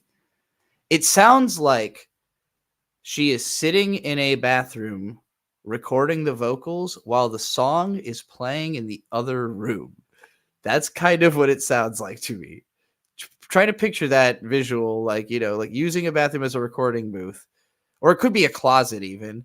Like she's standing in a closet recording and the song is playing outside the closet. That's what it sounds like. Time to shut the door, kill the lights. And I know that's not the case. I know the song is actually in there because it's got enough bass. Like it's got enough low end bass that I know it is actually the instrumental. It's just so quiet in the mix. Go. So let's take and take this body off. Amy, that is generally, yeah, it works to record your vocals at a really low volume and then crank them in post. It also, it's really just about the mixing. It's not about the recording. I record my vocals like fucking total bullshit a lot of the time. I learned that because of Death Grips. If you downloaded Black Google, which like was all the stems for their first album, like you listen to the vocal stems, and it is clear that MC Ride is playing the song out loud out of a speaker while he's rapping and also clipping the mic the entire time. But like it doesn't sound bad because it matches the style of the music, and after production and all the other fucking chaos that's going on in the mix, it just works, you know. But it doesn't work for clean pop music. With pop music, like it's incredibly dependent on don't worry, Skek Pen. I will definitely use your spanking fetish art for my thumbnails for as many as I can get away with before YouTube won't let me anymore. But yeah, like, so it's less about how you record it and more about if you know how to mix. And no matter how good your recording is, it also almost doesn't matter. Like there are certain songs, certain types of songs where just like a clean sounding recording can be fine. Actually, a great example from my catalog, like one of my best sounding songs did not require any mixing to sound good because I used a voice and a recording style that I knew would sound good on this beat. Well, I woke up this morning on the wrong side of my life. Actually, there is a little bit of mixing in there. I could tell I added some reverb, but head hung low in mourning for the dead dreams left behind. But like it matched, like the whole thing is like a lanky, garagey, reverby. So like it all sounds right together. It's not like a clean mixed song underneath a dirty mixed vocal track where those two things clash and it sounds like they're happening again in like different rooms from one another. Oh, don't you wanna get high? Don't wanna say goodbye? Just stay with me tonight. Don't need to let you do me right. Like I'm sure she can probably sing about as well as a lot of people who have pop careers who just have been auto-tuned heavily afterwards. Like if you took this and rekeyed it, like obviously she's not an amazing singer, because if she was an amazing singer, none of this would matter. I would be so blown away by the performance that all the other shit would fly away. I think she's fine. I think she's as good of a singer as she would have to be if a good mixer knew how to take this and make it sound good. But it would take professional level mixing, you know, to fix this and make it sound great. Tell me why you're so sad. It's not about the vocals being too loud. It's the reason I'm using so many words is that there's so much more to it than the vocals being loud. It's all of those words. If you don't understand that, you're not going to be able to learn how to mix music. You're just my kind of guy. Doing something hard, for a baby. Like it's a combination of, again, the microphone, the recording environment, mixing is a lot more than making it quieter in the mix. It's also about, Jesus Christ. I'm like tempted to just like mix a vocal right now, but I'm not even very good at it. So it wouldn't even be like a great example, but the amount of shit I do to make just to end up with something that sounds like shit. I still have to go through 10 hoops to fucking make my vocals sound audible, you know, like passable on a beat. Like all of these songs sound like fuck, but there was still a lot of mixing to get them to sound the right amount of like fuck, you know? Trying to think of even what's a good example of a heavily mixed song I've made. It doesn't matter.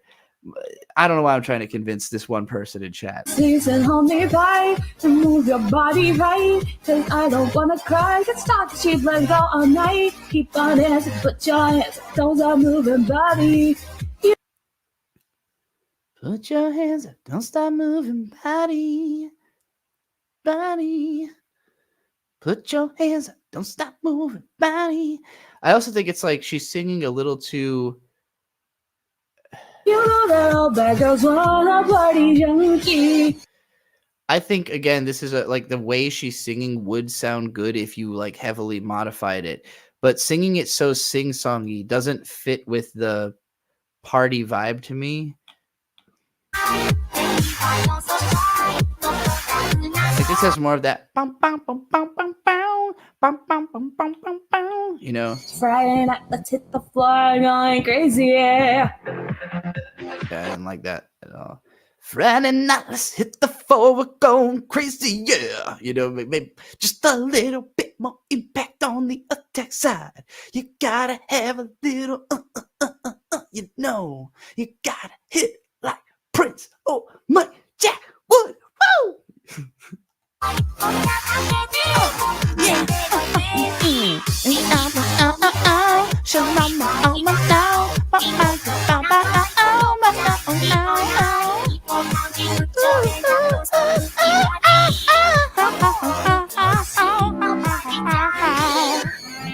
You know, it's like you just gotta have the funk.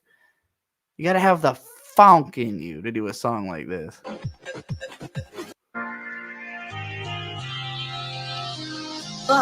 Body junkie. Yeah, all right. I have heard enough of this. I do not want to hear any more of it because it is not pleasant, but I appreciate the passion and effort. And I would say team up with somebody who knows how to mix, and it will probably help a lot. And also get a better recording environment and a better microphone if you're going to do this kind of thing. All right, Cosmic Blue with $5 says, if you could own / manage an animation studio, how would you do it? How could you give power to the artist, not necessarily to what is most profitable? Okay, so taking nothing for granted is a part of this, right? Like, because most animation studios are created by people who've gone through some form of the system, right? Like people who have gone to animation school and then found their way into an existing studio. And most of those studios were formed from people who left previous studios, you know? So if I'm building this totally from the ground up, I'm an outsider. I'm Gainax, you know, which is a dangerous place to be. Gainax obviously ran a lot of schemes, not a great place. You know, like it's inherently untrustworthy to not be going through the industry because everybody's going to look at you like, well, why couldn't you go through the industry? Is it that you're like too broke or too dumb or like not talented enough for the industry to just accept you in spite of not having come through traditional channels? Like, why can't you participate in the industry? You know? So to me, it would be inherently suspect to even be trying to build something like this as somebody from the outside. But here's how I would go about it, right? I'm teaming up with independent creators who want to own all the rights to their content, and they don't want to have to go through any channels. They just want it to be purely based on what we can do, you know, what we can drum up. So I'm trying to keep this team tiny. I have to know everything everyone's doing. They have to know everything I'm doing because we're heavily reliant on one another to make this thing work because we're not receiving money or aid from any other part of the industry, right? So right off, everybody needs equal rights to everything we're working on and equal pay for everything we're working on. I literally don't care what anybody's job is. We all get paid equal percentages. So if it's just me and one artist, it's a 50-50 split. If it's just me and two artists, it's a 33-33-33 split, you know? If somebody is not capable of contributing enough that the others of us feel it would be justified to have them in, they're not in. Simple as that. Everybody involved has to be doing, it just has to be your job. It has to be your full-time job that you're on this project. I'm not taking people who are doing something else, who have a bunch of other concerns, a bunch of other fucking shit they're working on. It's you and me in this project, and we split the earnings equally in perpetuity. Like it's from the beginning. It's a 50-50 split of whatever we make on this thing from here on out. Again, if we're going to involve anybody else, it has to be done incredibly specifically. Like if, say, a publisher wants to, run our book, it's like, well, okay, whatever you're paying us, you're paying us as a 50-50 split. We're like one entity, but the money comes in a split form, But it would be everybody in my cell getting an equal split of whatever the cell itself is receiving from that exterior force. So basically there just can't be any complaints this way. I mean, if everybody's doing as much work as we agreed is necessary for them to do, and we're making enough money for all of us to live, it just continues to go to everybody on an equal split basis. If it gets, I wouldn't want the company to ever get big enough that got too complicated, if there's just little stuff that we have to outsource because we have to outsource it because our studio can't be big enough to have like minor employees, then that is kind of just is what it is, What about having cash that's used solely for the animation studio aside from liquid assets? I would assume that it was just whatever you're saying, like, okay, everybody has to have, like, there has to be some amount of the income that is directly put forth to, I guess we would just have to draw out a budget of what the costs are going to be and like have an amount that is set maybe, 10% above that, like 10% above the expectation of cost. So we would figure out what our operation costs were going to be. The first, like in terms of earnings, that's the first percent that gets covered. So like basically we don't take any money until after having covered the percentage at that, that we've set aside for operating costs. And it would be 10% above, so that anything we didn't use, we would keep it in a storage, so that hopefully we're building up a savings for emergency. And that would just strictly be for like when one of us fucking breaks an arm and can't draw or something, then we pull into the emergency fund and we get that person back on back on the mend. But the purpose of it would always be to get any of us out of like a health bail or whatever that we needed, life bail, fucking whatever reasons, this is a difficult type of, I think the main reason this kind of thing doesn't happen is most people don't like to be that involved with their coworkers. Like people try to create a lot more work-life separation.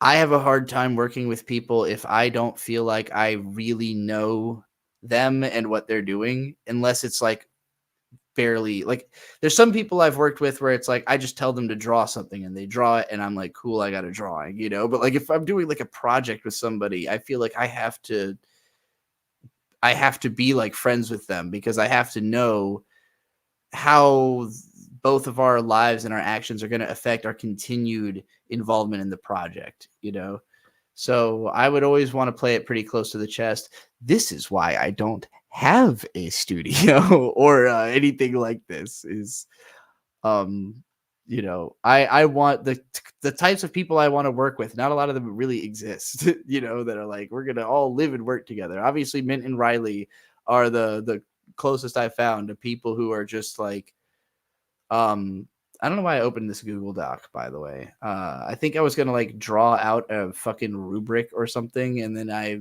was like, that'll take too long. I forgot to watch this Karen Quarter Pounder video again too. We were talking about that. I guess the moment has passed.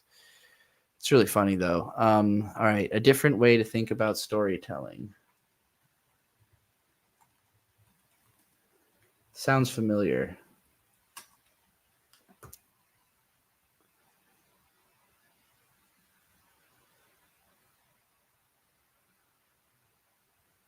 Gonna look at some of what the chat's been talking about.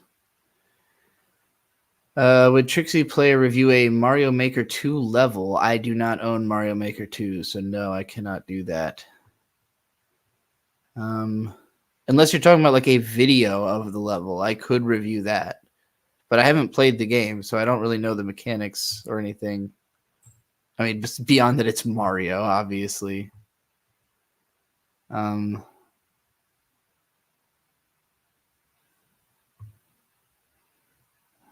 uh,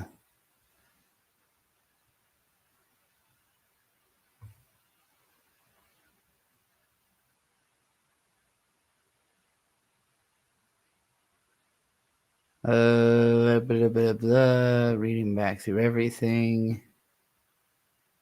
Yeah, Amy says, yeah, I can't see myself working this closely with a group of other creative individuals for a long time and could only do it if I was the centerpiece of it. That's pretty much why the PCP never really worked out, is everybody felt that exact way. Like all of us wanted to be the centerpiece of anything we were going to work that hard at, and nobody wanted to be like working for somebody else's idea. And so like our group project was kind of everybody's secondary or thirdary or, you know, quaternary, whatever. Tertiary is what I meant by thirdary. It was everybody's not first thing. And if it had ever been everyone's first thing, it would have been amazing. Like if everybody had been like, the PCP is our show. We don't fuck all of our individual content. Let's just do this podcast together. I think that would have done a lot of good for us. And there were times where like one or two of us would care and then not, and then somebody else would care and then not, you know, it was never more than one or two people at a time who really gave a shit and were like really putting an effort in. So yeah, it's hard. It's hard for me. I tried to go work for Mint and I just never felt like I could do enough to help. Like all the things everything that was like, that was an issue with her content or that was making it difficult to make, I couldn't help with when I tried. And like the stuff, you know, my own ideas and creativity, I couldn't think of like ideas for what to do to help with her, you know, so I felt kind of useless. And, so yeah, even when I want to work towards somebody else's idea, it can be very difficult unless, like, the easiest thing for me is something like the Sunops story, where I literally just asked Bird, like, what would you make a book about? And then did all of the rest of it, you know? And occasionally I'll come to him and go, like, at one point I said, like, so if a guy comes up to you and, you know, he chest bumps you to start your confrontation, like, what are you going to do in retaliation? And he's like, well, probably bitch slap him. So that's why I, you know, I actually have him boop his nose first, then bitch slap him, then punch him. But, you know, that's the kind of spot where I asked for Bird's help, why I consider it both of our story. But I did all of the writing, you know? Take a theme, any theme. What are all the potential perspectives one could have on that theme? Oh, there's this one and this one and this one and this one and this. Take each perspective and turn it into a character. Boom, cast. Don't include characters who have nothing to say about your theme. It doesn't matter how fun they are or how attached you are to them if they don't have unique perspectives on. This song's from Lucky Star, right? You thought it was a Jujutsu Kaisen reference? I mean, considering it was Bird's idea, it could have been. I don't remember when there was a bitch slap in Jujutsu Kaisen, but he probably does. Take a theme, any theme. What are all the potential perspectives one could have on that theme? Oh, there's this one. Oh, this is the Wii music. I couldn't, like, my first thought was Animal Crossing. Then I thought, no, I think I've used this in a video before. Maybe it's Lucky Star, but it's more likely I've just heard it in hundreds of videos if it's the Wii music. One and this one and this one and this one and this. Take each perspective and turn it into a character. And of course on the Wii. Boom, cast. Don't include characters who have nothing to say about your theme. It doesn't matter how fun they are or how attached you are to them. If they don't have unique perspectives on your theme, they will just take up space. What's that? You're starting with a character? Unacceptable. Just kidding. That's perfectly fine. Figure out what your character's core belief is. Do a Jeopardy on that belief to figure out what question it's the answer to, and then figure out. So the theme in Sunops is freedom. The first opponent, you don't really get a huge sense of him, but he was sort of based on the idea of somebody who is very much trapped by the circumstances of being in like a high expectations environment and like thinking that you're supposed to be better than other people, but like constantly seeing evidence that it's not true. So, you know, like Ace he's like this pretentious rich guy, tennis player, you know, thinks he's hot shit, but he gets his ass beat all the time. And so he's just super pissed off about it. And it's made him really off-putting. It makes other people not want to be around him. So he kind of knows he's a piece of shit. And he's got just enough self-awareness to, you know, to like admit defeat and explain to Rook like what's going on. But like Rook sees him as pathetic because he sees him as exceptionally unfree. He sees him as a person who is, you know, desperate to be good at something he sucks at, and clearly very angry, you know. And so Rook kind of almost feels bad about hurting him because he's just like, this guy's already hurting himself, you know. So anyway, that's the thematic resonance of the characters in my story so far. All of the other potential answers to that I won't say more about how his mom will reflect this theme, but it'll come up. question. But what if I'm starting with a plot idea? Same principle. What moral, emotional, or philosophical issue might the people in your plot argue about? The people on either side of that argument? Those are your characters. No matter what your starting point is, you end up with a cast of characters orbiting a theme. And since they have different perspectives on that theme, these characters are going to be in conflict with each other. And that conflict is what we'll call the plot. Now, is any old situation going to make your characters do a conflict? No. If a bunch of characters have different perspectives on the ethics of cloning, and the plot I give them... Oh, so like, and the overarching thing about freedom that's going to be explained by the story is basically the more freedom you have, the more other people who see that and think that they have less freedom want to take it from you. So, you know, in the case of Aces, he sees somebody using an operator glove who's not even part of one of the families. And if you're part of one of the families, you've done a lot of things to prove that you're allowed to use an operator glove. So seeing somebody who's just got one is like, well, what the fuck? You know, like, well, that's not all right. So pretty much most of the conflict early on in the story is going to come from people being like, you should not have this. You shouldn't have this freedom. This freedom is only reserved for those of us who have enslaved ourselves to these bigger ideas. Is an Olympic bike race. Their differences are not going to shine. But if I put them in a plot where a clone has escaped the clone lab, I repeat, a clone has escaped the they're going to be at each other's throats. This is the stage where you might feel inclined to designate protagonists and antagonists. Please don't. Try to see them all simply as characters. Writing gurus will drone on and on about what makes a good protagonist and what makes a good antagonist, as if there's some metatextual fairy dust you should be imbuing in each of these categories, but there isn't. All characters have also apply this to people and their sexualities and genders. Their own justifications for why they believe what they believe. Maybe that justification comes from their backstory. Maybe it comes from their ongoing lived experience. But either Landon, this guy does not sound exactly like Bird. This guy sounds old. way, it's critical that you figure out why each character occupies their initial orientation on the He doesn't sound like he's from California.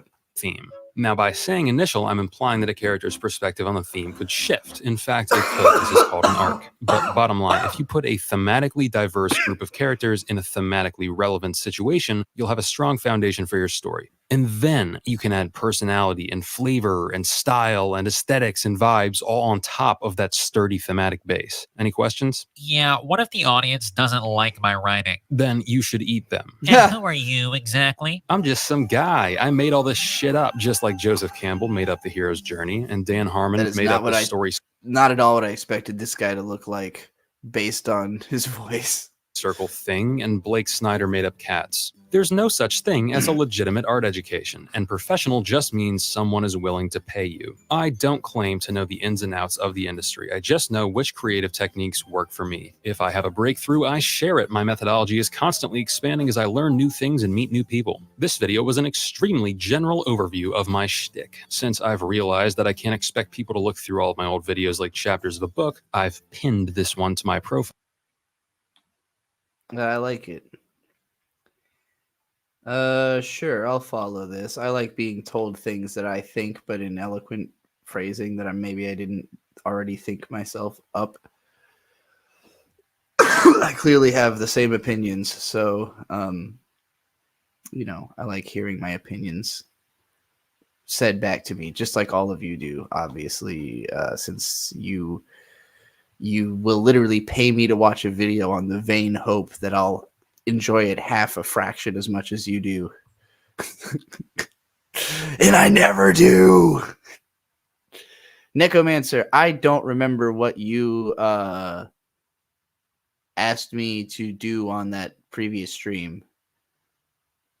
That you said there's something you had super chatted and I couldn't get back to it. I do not remember. So please remind me. What else is in the chat?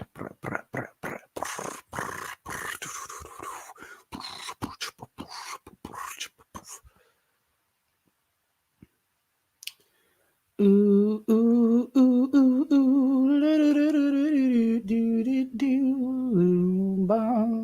Oh, the Mal of Lethargic. Okay, yes, I do remember. Is the name just straight up Lethargic? Impressive you got that. You must have been on Mal for a minute. That seems like a name a lot of people would try to go for.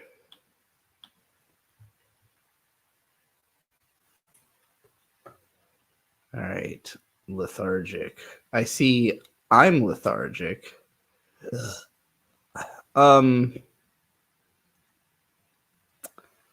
I get just plain fucking lethargic? Obviously, yes. Like I said, a very popular name, but I want the one. I need the OG. This tells me there is no lethargic. This is telling me that there is none. It is spelled this way, right? Just spelled normal. Do I need the capital? Is it case sensitive? I don't know. I don't know if I can just. Did you send me this somewhere? Maybe. Wait, there it is. There. What? What do you mean? There it is. What? Oh, this one. This one with Vampire Hunter D on it. Why did it not? Why when I wrote it? Why when I took out the possibility of other words did it not show up then? I guess maybe quotations don't work on Mal. Okay. Well, so far this looks badass. Obviously, Yoshitaka Amado art of Vampire Hunter D. Vampire Hunter D is sick. Birth date 2002. Barely old enough for me even to consider talking about as a human being. At a meager turning I guess just turned 22. Okay. Forum posts for reviews. Okay, whatever. Big plan to watch list. Big time planning to watch all the anime. All right, let me tell you whatever I think you don't need to.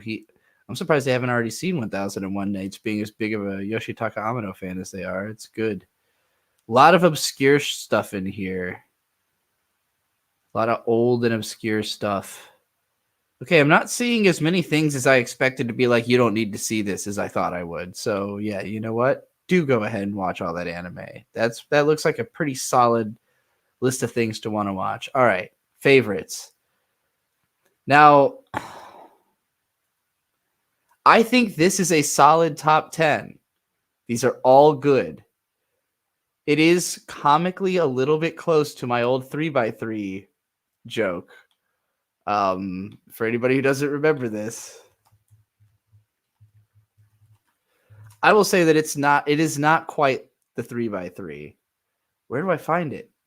All right, I never actually made the 3x3. Somebody, oh, here it is. Here we go. This is the image. It doesn't have all of it. It's like Utena, Mushishi, Tatami Galaxy.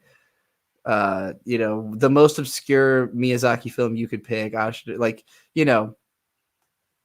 In this case, it's not the most obscure Miyazaki film. It's just the outright classic. But so we got Legend of Galactic Heroes, Mushishi, Princess Mononoke, Tatami Galaxy. Very much reads, I like class. I like good anime. I like anime. Like these are all just like the top rated shows of all time, basically. But there's a lot of mix up in here, right? Because there is clearly a focus on Yoshitaka Amano art. Being a fan of the original Vampire Hunter. No, this is Bloodlust. Okay, I was like, Jesus, really? I've never seen anybody put the first one in there. No, the 2000 version, yeah. So, I mean, obviously it's adapted into to be more like what's his name?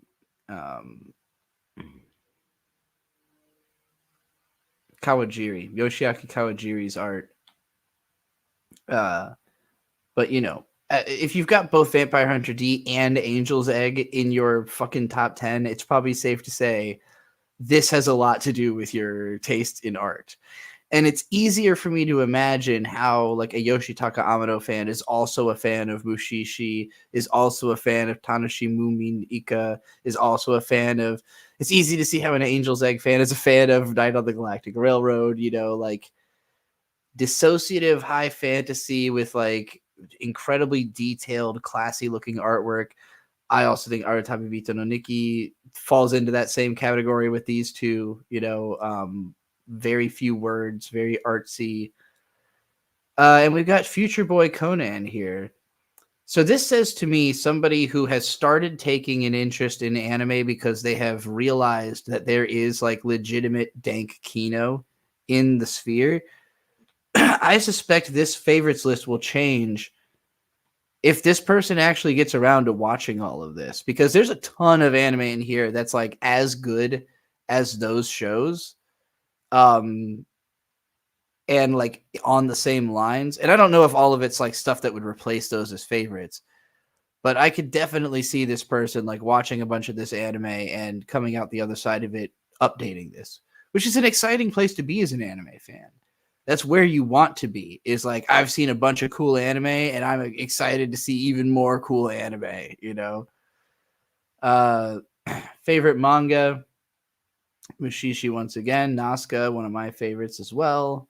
Classic. I don't know Kono yo no Owari Eo no Tabi. Never heard of it. I don't know Sumiyaki Monogatari. Yokohama Kaideshi Kiko does not surprise me when you've got Arutami Bito and Mushishi. This is somewhere in between those, you know. Doro Hedoro.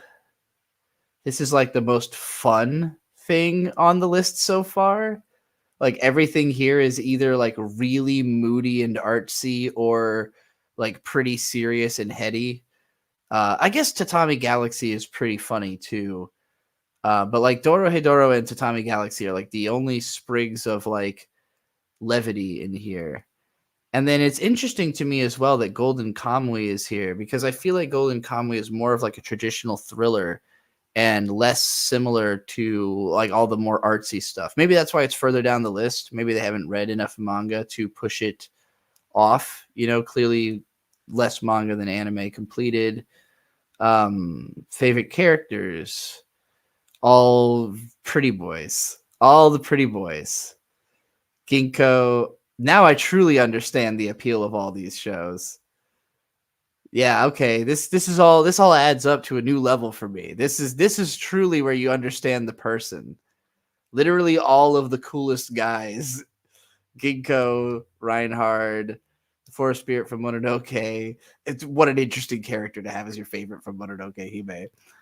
D, Griffith, all the poutiest, prettiest boys. Kushana.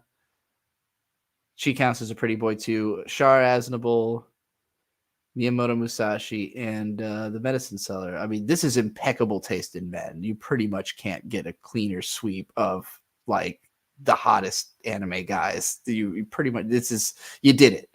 We did it, gang. We found the 10 hottest guys in anime. This person collected them all into their favorite characters list. Oh my God. Are these all? It's just like all the oldest. We've got Richard Wagner, Yukio Mishima.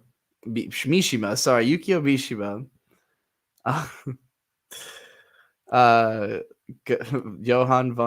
Johann Wolfgang von Goethe, I think. Kenji Miyazawa. Friedrich Wilhelm Nietzsche. Sorry, I keep saying these in out of order. Rudyard Kipling. I don't actually know Kipling. Akira Kurosawa, H.P. Lovecraft, James Joyce, and Eric Satie. I don't know him either. But yeah, these are, just like a bunch of classical authors who I guess have probably been referenced as anime staff at some point. This is kind of like saying my taste is above anime. I just dabble in these dumbass cartoons, but actually I've got refined taste. None of my favorite people work in the anime industry. I just like classical authors and musicians. This comes off very pretentious. But then you've got under that anime companies. So Ghibli, Science Saru, Artland, just because they did Legend of Galactic Heroes, I think, and Mushi Productions, Madhouse, TMS. I just think, I don't know. I didn't even know there was a company section. This is not a thing I would. I mean, I would be picking them based on the way they treat their staff rather than how much I liked their shows. It'd be like Ghibli, Kyoto Animation, UFO Table, Toei, I guess. I don't know. Anyway, yeah. Let's read the spoiler. Oh my goodness. Okay, well, I guess the problem is you can't just narrow your favorites down. This is just every director, animator, or staff member that you like at all, I assume.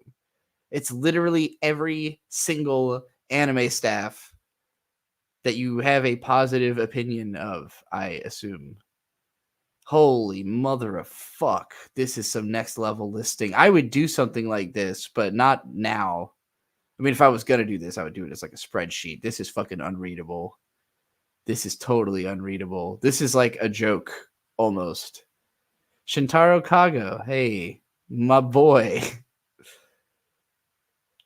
How have you even read enough manga to have listed this many fucking... I guess it's also writers. So it's anime writers and manga authors, I guess, probably? That's a little confusing. Whew, okay. What does favorite OPs lead us to? Like a video? You've got them. All right. Amazing taste. Space Cobra is maybe one of the absolute goats. Serial Experiments Lane, Fist of the North Star, Yu Yu Hakusho. All of these absolutely goated. Sorefoot Song. Yes. Jesus fucking Christ. I got birded. Bird up. I've been reviewing this friend of Necromancer's anime Mal profile. I've been laying out Necromancer? Yeah, Necromancer came back for a Mal review of a friend. Hi, Necromancer. A very young person, I guess. Hi, Necromancer. With very old taste. Remember me? Uh-oh. The haunting returns. Well, I'm done with that anyway. Whatever. I had 2 wonderful conversations with my brothers. Nice. Oh, I was supposed to say their names. I gotta come up with fake names for my brothers. Shit. Let's see. Young one first. Redwood. What about crows? He's really into crows. Crow. No, with an S. Crows. Crows. Yeah. Well, there's plenty of people who are crow. Because Crows is already a character on WHP. No, crows. Crows, not crows. Crows. Okay. Crows doing wonderful.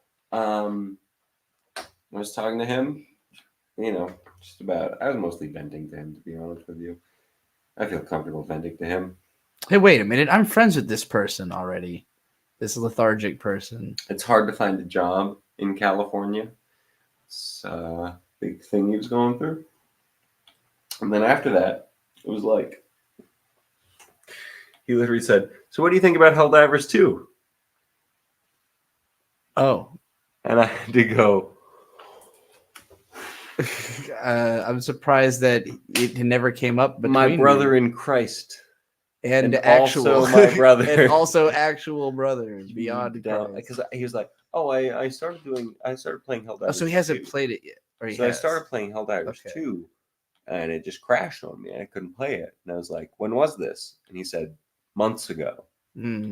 So I was too like, early. Too early. Got to get in now that it's exactly. been He's got to get in fixed. now because it's not going to crash on him. I'm showing off how many Mal friends But he I also have. told me I can get in on Deep Rock Galactic. He sold me a Lethal Company, which is only $10, which is good for all of you fuckers who want to see me stream. Yes. Well, you don't know that anybody wants that. Have they been demanding this? Who are these fuckers? Tell me. Gary Always? Is he the fucker? There are fuckers who want to see me stream.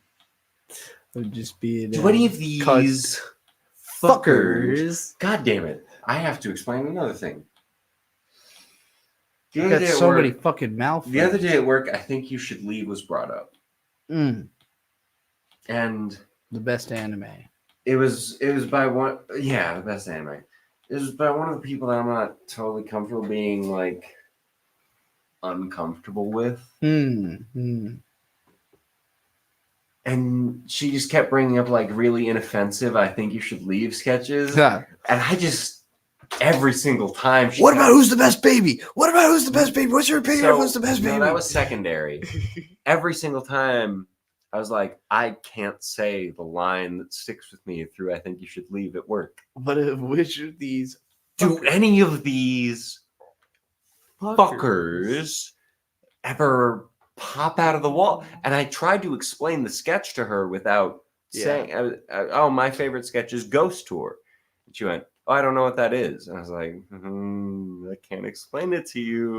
And I was like, oh, it's this guy. He goes to a ghost tour and, you know, he's being picked up by his mom. And she's like, I don't know what you're talking about. And I'm like, I can't explain anymore at work. I want to know everybody's opinion of Who's the Best Baby. I vote for Bart Harley Jarvis because I always support an underdog. I vote for the baby that I don't know the name of yet, but who is the newest baby in my family. Ah, yes. You've got a real baby to pick as who is the best baby. Look, there is a specific set of people in my family that are producing the best babies. Just like literally, like they're going to be world shakers. They're going to change the world. These fucking babies are phenomenal. Well, I didn't even meet one of them as a baby. I met them as a toddler, and they were scared of you. Or no, they were scared of me. Oh no, I got bot checked for trying to go through every page of my friends list.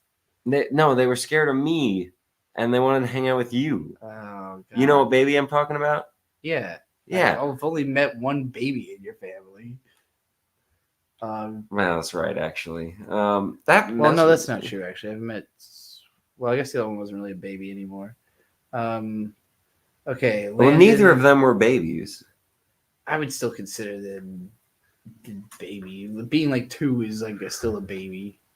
I guess I'm just a scary dude. God damn it! I'm too tall. Cats have the same effect. Well, she got like used to you, I think. Eventually, but it's because I was running around with the dog. I leveled myself to the level of the dog, and she thought, "Hey, this guy's tall, but he's a dog." Landon sent $2 to review his Landon, Mal again. Where are you getting this? And also from? This sick artwork that Mint Salad drew of him. It looks like he's wearing a maid, like a ninja maid almost. Like this is like from the top is like this recent. It's this not can't be ancient, recent. but it's not. No, this is from like recent. 2 years ago. No, I've seen this before. Yeah, well, you know, it's Landon's profile picture. It probably didn't exist whenever I reviewed his profile. So we're reviewing Landon's Mal. Potentially Yes. years ago. Yes, I'm down for this. All right. It starts off with an explanation of the rating system. 10, masterpiece. A masterpiece. Viewing this as an absolute 100% must. The storyline is captivating, and the animation style, the voice acting, and the characters, Pause. everything is a masterpiece. This is Landon's explanation. Yes. Okay. So this isn't Mal's explanation. of No, the this 10 is to 9 Landon's scale. personal Okay. opinion. Rewind. Why were you just not paying attention because you didn't care until I was. I just okay. needed to clarify that. Okay, 10, masterpiece. A masterpiece. Reviewing this is an absolute 100% must. The storyline is captivating, the animation style, the voice acting, and the characters, everything is a masterpiece. 9, great, almost perfect. There are very minor errors, but it is very close to being a masterpiece. 8, very good, based. It did an outstanding job in its story, but however, this is the lowest score among my favorite anime rankings. 7, good, self-explanatory. 6, fine, decent, not a masterpiece, yet better than average. 5, average, right in the middle, 50-50, not good, but not bad. 4, bad, I'm going to mediocre. tell you right now, sorry. Yeah. I don't believe Landon gives a lot of 5s out. We'll see. No, it's hardcore above 5 or below 5. Just Probably. based on knowing. I mean, that's Landon. most people. Most people give a 7 and above or a 1. Like, that's it. Nothing else exists. No, but I'd like, there's a lot of things I give like a 5 to. Okay. Of like, oh, this is all right. You know, I wouldn't recommend rewatching it. My average score for something I finish is a 6. So, you know. Finishing something, though. Yeah. Mediocre. For number 4, mediocre. Not bad enough to be considered bad, but below average. 3, very bad. Bad, again, self-explanatory. But there's a little chance that someone else might like it. In other words, not for me. 2, horrible. Cringe. Don't recommend. Small aspects. Save it from being a 1. Only either few with very certain tastes will like, or masochists who love torturing themselves with these. And 1, appalling. Avoid at all costs. Don't watch, or you will regret it. Shit. Dog shit. I'm sorry to interrupt you. The stream where you read the first chapter of Sun Ops? Yeah. What is that called?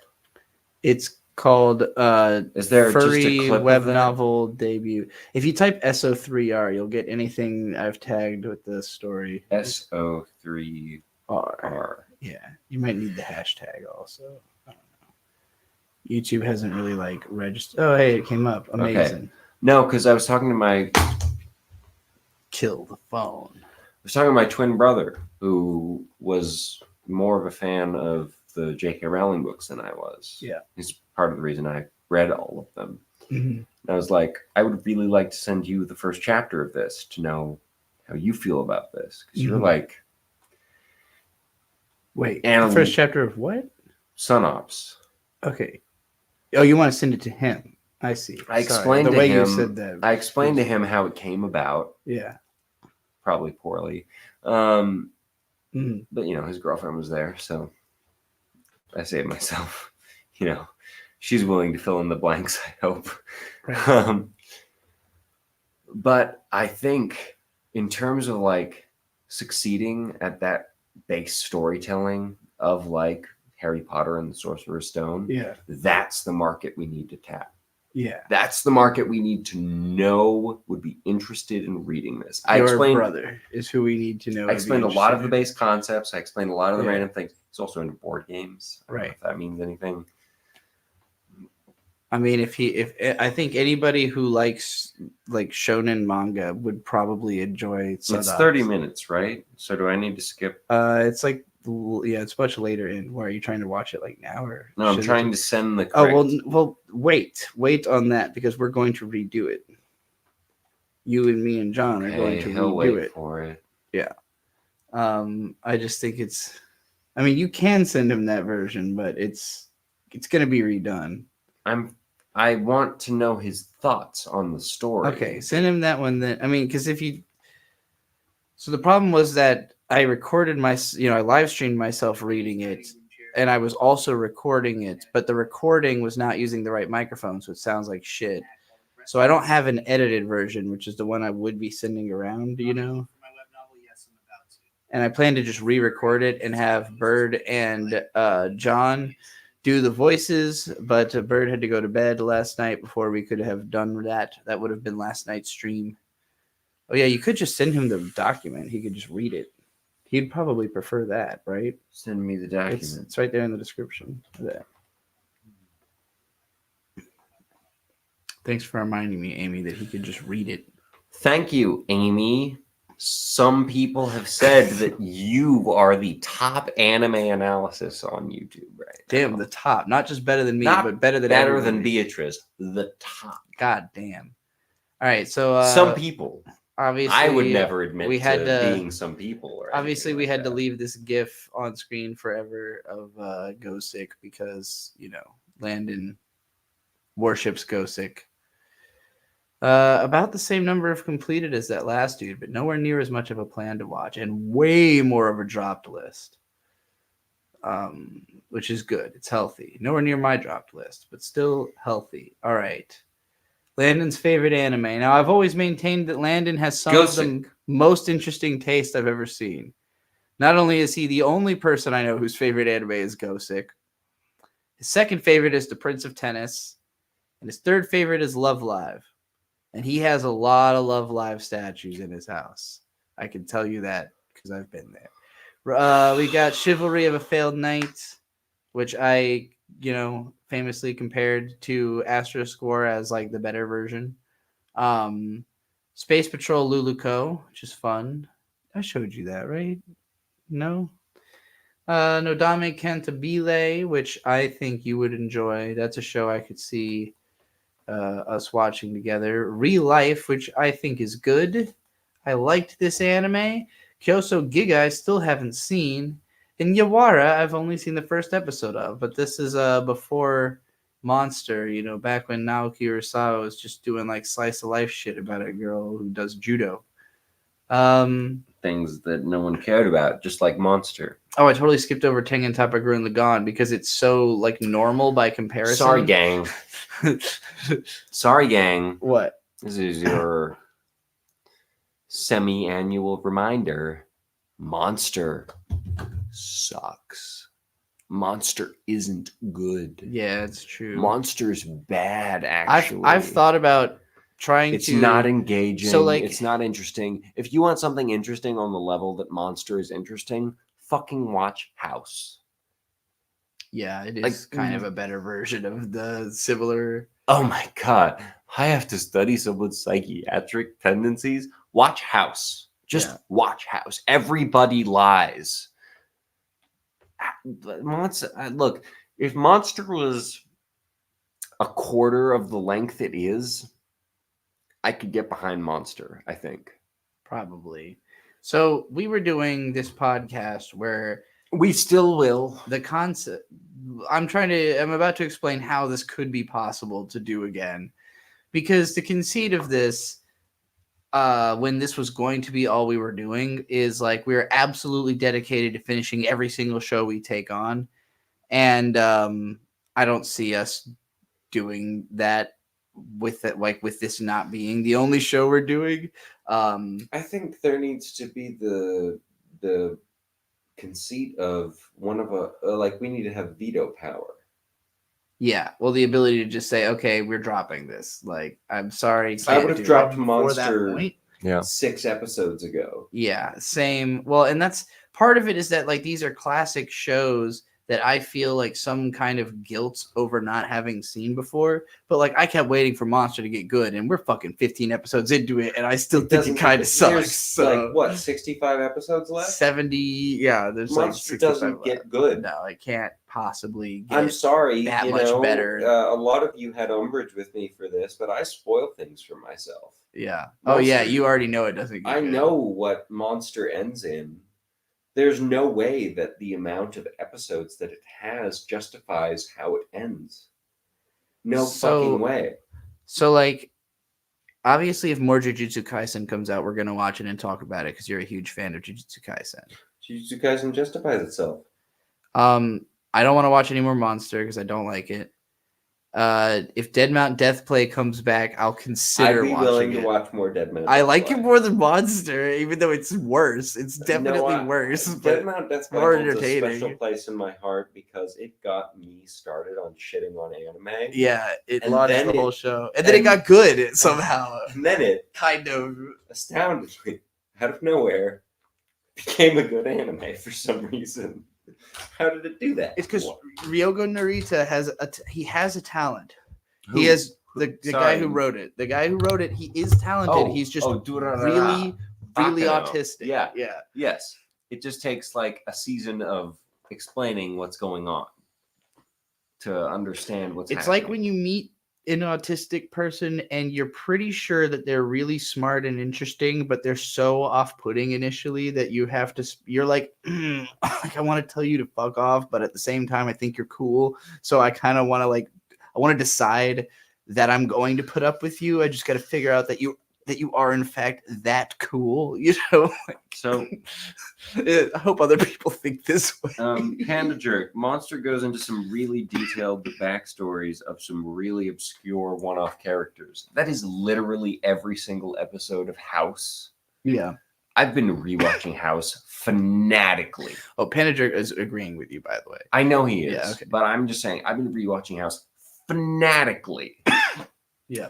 I'm loving House. House is great because every single episode is about some random fucking character that they're going into the backstory of for no reason because it has a medical reason. Yeah. But the point is, like, House is still a maniac who is addicted to Vicodin, and Wilson is still a cuckold who is enabling House, and Cuddy is just someone who's going to end up with House at some point, or not. Who knows? The House is over, right? House has been over for Okay. So we do know. Or did 11 they just never years. resolve this? I know. I'm rewatching Okay. House right now. Can you You're not? trying to live in the mindset of not knowing. That's what you're saying. I know what happens at the end of House. Yeah, but you're I'm not trying to- rewatching Trying it. to re-embody being somebody who doesn't know. It's what been happens at the like end of House. literally 4 years. So Yeah. I don't really remember what happens at the end of House. Mm. I'm just trying to rewatch House because Hugh Laurie is one of the best actors ever. Okay, but so the most important thing about bringing this podcast back is finishing Revolutionary Girl Utsura, I'm totally fine with that. catching up on Pokemon. Okay.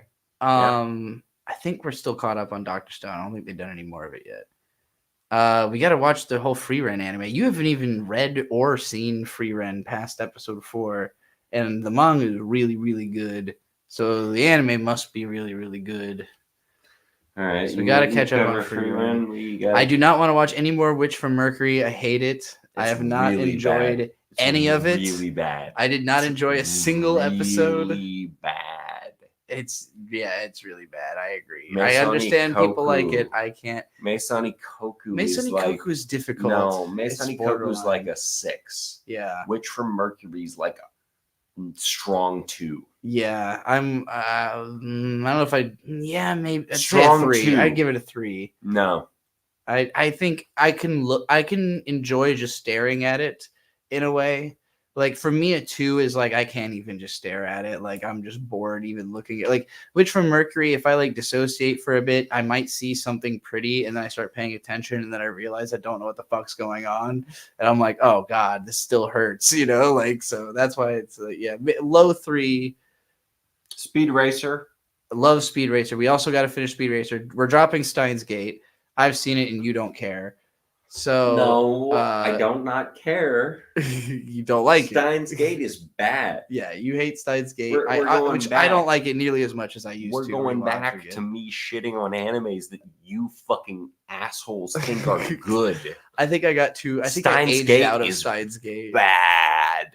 Steins Gate is No, actually- bad. Actually, I think it's more not like- good. I think Steins Gate and Haruhi are similar in that they're both like such a product of like the young adult culture of their time, but that sucks in retrospect. Like the young adult culture of the time was not good, and there's a reason we've moved past it, you know. And You don't have any power. I really in- feel that watching you those. don't have Right now, it's any- Mushoku Tensei. I hope people, I Yes. hope all the people who enjoy it will recognize how you should fucking awful you should it talk is. about how bad it is. You Yeah. should the series you're looking for. It's Mushoku Tensei. Oh, I know, but It should be Mushoku. I don't want to Tensei. have to fucking watch it and talk about it. Is the problem? That sucks. It's I'll watch it with you and scream about it. Okay, we'll have to do. Look, Mushoku Tensei is the prime example of what is wrong with anime.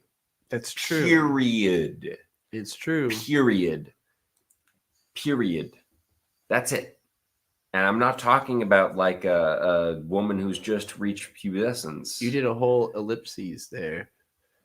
You did 3 periods in a row. I added a joke, but someone ruined it. No, I got the joke. Okay, so this leaves us with shows that we don't. Necromancer reaching for a ban. Mushoku Tensei season 2 isn't that bad. it's actually worse. It is. It's way worse than that, man. worse, bud. Unless you mean the second half of the first season. The second half of the first season was the best part of the show. It's really bad. And even then, it wasn't that great. It was more like surprising that I'm it was sorry. as good as it was. I'm sorry, Necromancer. You knew I was back. You're saying things like this. All right. You're We have to saying finish things like reviewing this, Landon's fucking. You're gonna get profile. another fucking timeout, and then you're gonna be gone for another 2 weeks. Landon's favorite characters. Noda Megumi is pretty goated. I'm surprised that Victorique is not the number one character. Sylphic, Bird, I fed my wife and kids on Steins Gate. How could you? You better have fed them on talking about how bad it was. Good taste. It's so bad. All of these animes that you people swear is the best anime ever is the worst. It has no storytelling. It has no point. It's nothing. It's garbage. It's garbaggio. Garbaggio. I had to amicably reach a middle point with Beatrice about the fact that JoJo's Part 5 artistically is a little bit garbaggio. But then I had to sell her on the fact that JoJo's Part 5. I will even say it really fixes itself after a few episodes. Like the first couple episodes are pretty like, oh, they haven't figured out how to draw this yet. And then like there's a moment. It was the first time Netflix had taken it over. Is that a part of it? Like I'm not sure, but I'm pretty sure because now Netflix, like JoJo's is a Netflix property. I think they changed a lot of stuff between every season, and so they're always trying to like reinvent it a little bit, and they just like weren't like done figuring it out, you know, like for that season. It's really just like the first area, like where the show starts off. Lapusha, I gotta know, was that your Ava video? Necromancer, yes. Necromancer, or I'm sorry, Lapusha at Necromancer. If that's the case, you technically owe Trixie money. That's a really funny way to say Can that. someone please explain to me the if you send your own videos in, you owe Trixie so I more don't money? remember Trixie saying. doesn't remember this. I don't remember ever saying that feel it like I costs do. more for people to send their own stuff. I might have said it like the first time I ever did this as like an off, but I've constantly let people send me their own shit. Necromancer, if we're going based on technicality, she is all of you content. What content are you talking about? Yeah, wait, what are you talking about, Necromancer? What content are you for a full time? Wait, no, ban. you can't ban until I know what you're talking I'm about. not going to ban them until they What really do fuck I themselves. owe all of? What content do I owe everybody? What are you Necromancer. talking about? I want to know. Is the bird that you're mad at in the room with you right now?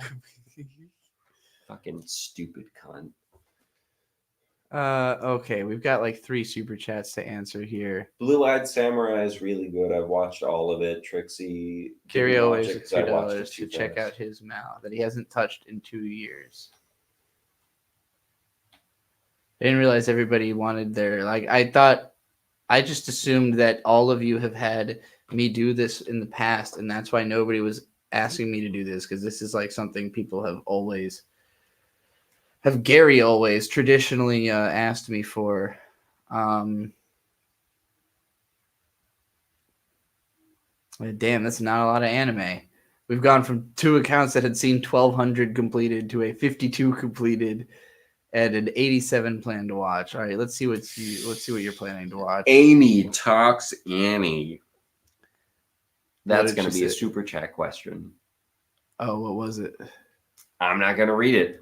That's going to be a super chat question. Oh, okay, yeah, that's However right. much you feel my answer to that question is worth, that's the amount you got to pay. All right, Gary's planning to watch Akatsuki no Yona. All I've seen right, like 5 hang episodes. on. I it's trust okay. Amy. Oh, fuck. I'll super chat it next month then. Okay, well, I trust you, Amy. If you fuck me, I'll fuck you. I guess I'm gonna have to know your taste Bird, before I can really. Now that I have your full attention, I'm going to ask you again. How do I prove that I am the superior one? I, personally, have never once claimed that you are a better analyst than Trixie the Golden Witch. However, I have heard from many people, that you are the superior anime analyst to Trixie the Golden Witch. This is like when like girls go to voice actors to like pay them to say a specific line, like in Watsumote when she records the guy saying he's gonna like pin her and fuck her or whatever, that she keeps listening to it on loop all day. I don't want to say the answer. The answer's dumb and stupid. Okay, fine. Amy, you really need a big super chat for this. I'm not kidding. I'm going to tell you. I've read your anime analysis. It's really good. It's wonderful. I haven't personally said that it's better than Trixie the Golden Witch, but I've heard people say you have to give Bird $5 to read your script into a microphone and then send that audio to you, and then you need to edit that audio and put video to it and make it a YouTube channel. Then you will be cooking with gas. That's how you do that. Hang on, this is related to me. Lapusha, Australian $5. Has Bert seen Darlene is Spiritual? If not, oh yeah, we can rewatch that because that was we were paid. She paid us to me and John to watch it, and that stream is lost to the fucking ether. It's a Brandon Rogers video that is particularly offensive to the point that he cannot have it on his channel anymore. So we'll watch that, but we have to get to it. All right, we have to get to all this other fucking shit. We don't just jump ahead in the fucking line on this channel. All right, Gary always wants us to look at his Mal. You get Cowboy Bebop a 10, Ava a 10, Fully Cooley a 10. Necomancer. All good personal 10s. question. Ponyo, Kaon. This is just my 10s. I'm sorry. Necomancer. We Wait, have am I looking at addressed my own list? you No, okay. specifically. Why are you not responding to us? Are you trying to troll Necomancer? Like, are you more interested in Necomancer than this Gary I would Always like business? to know why Necomancer is interacting with people super from chats the are chat piling up. instead of us. What is Necomancer doing? Gee, I wonder why. Gee, I wonder why he doesn't want to interact with the supervillain that is fucking wringing his fingers and going, Necomancer, what are you doing over there in the corner? Yes. Necomancer, why did you try to sneak by one of your own videos? That's my. Did he ever answer the fucking question about what I owe people? Yeah. Technicality, I owe you content. The technicality. That's what we should be leaning in on. Where is the technicality? What's the content owed by technicality? I'm still curious about this. These are bold claims. So hang on. I am like 70% certain you did say this at some point.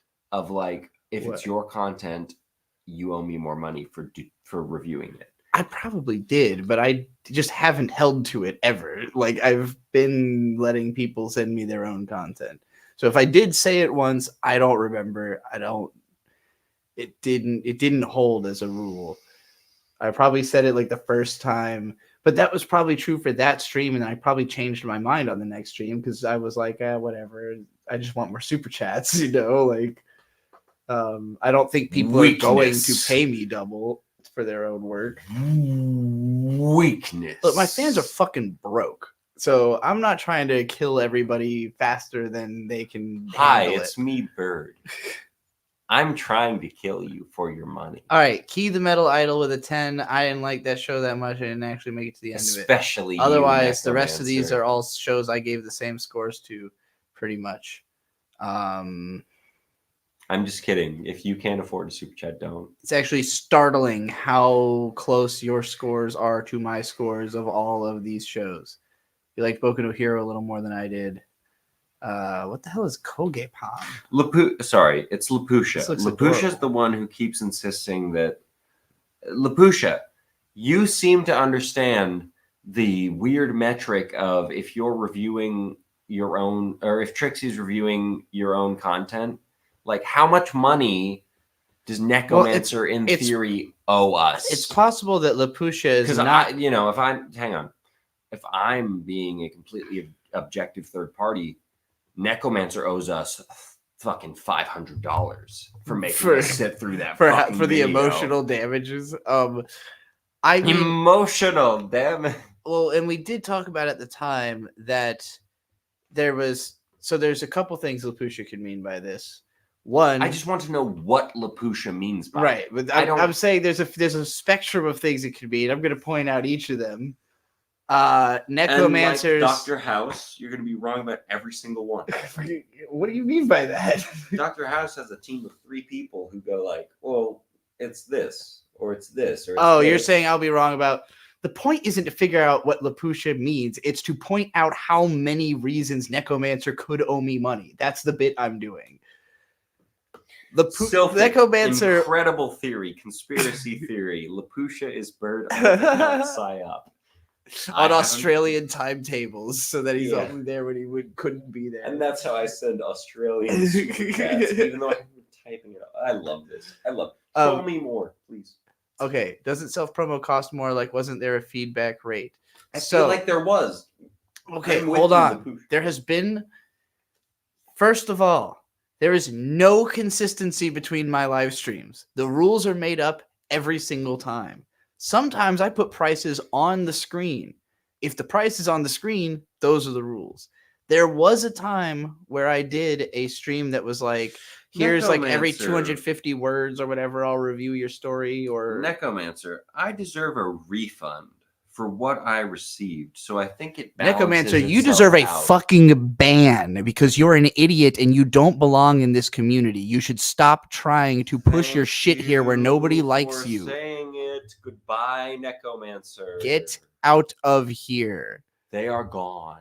I don't want to act. I don't like sincerely having to bully somebody because I actually don't like them and want them away from me because I don't usually feel that way about people. You don't even have to worry about it. Necromancer can't hurt you. Necromancer's not real. They're gone. They're not even. He's probably still listening to the video though. You can't ban their ability to watch. Let this dumbass listen to this fucking stream about how stupid they are forever. I didn't even go over the list of reasons he could be argued to owe me money. First of all, that it took us 2 fucking hours to get through his stupid ass 45-minute video. Secondly, that he kept bitching about me not being able to show the visuals on my YouTube live stream when he couldn't get the video up on YouTube because he used too much fucking unbroken footage from the movie. So I got 2 live streams blocked on the basis of trying to watch this fucking video that he paid me pittance for.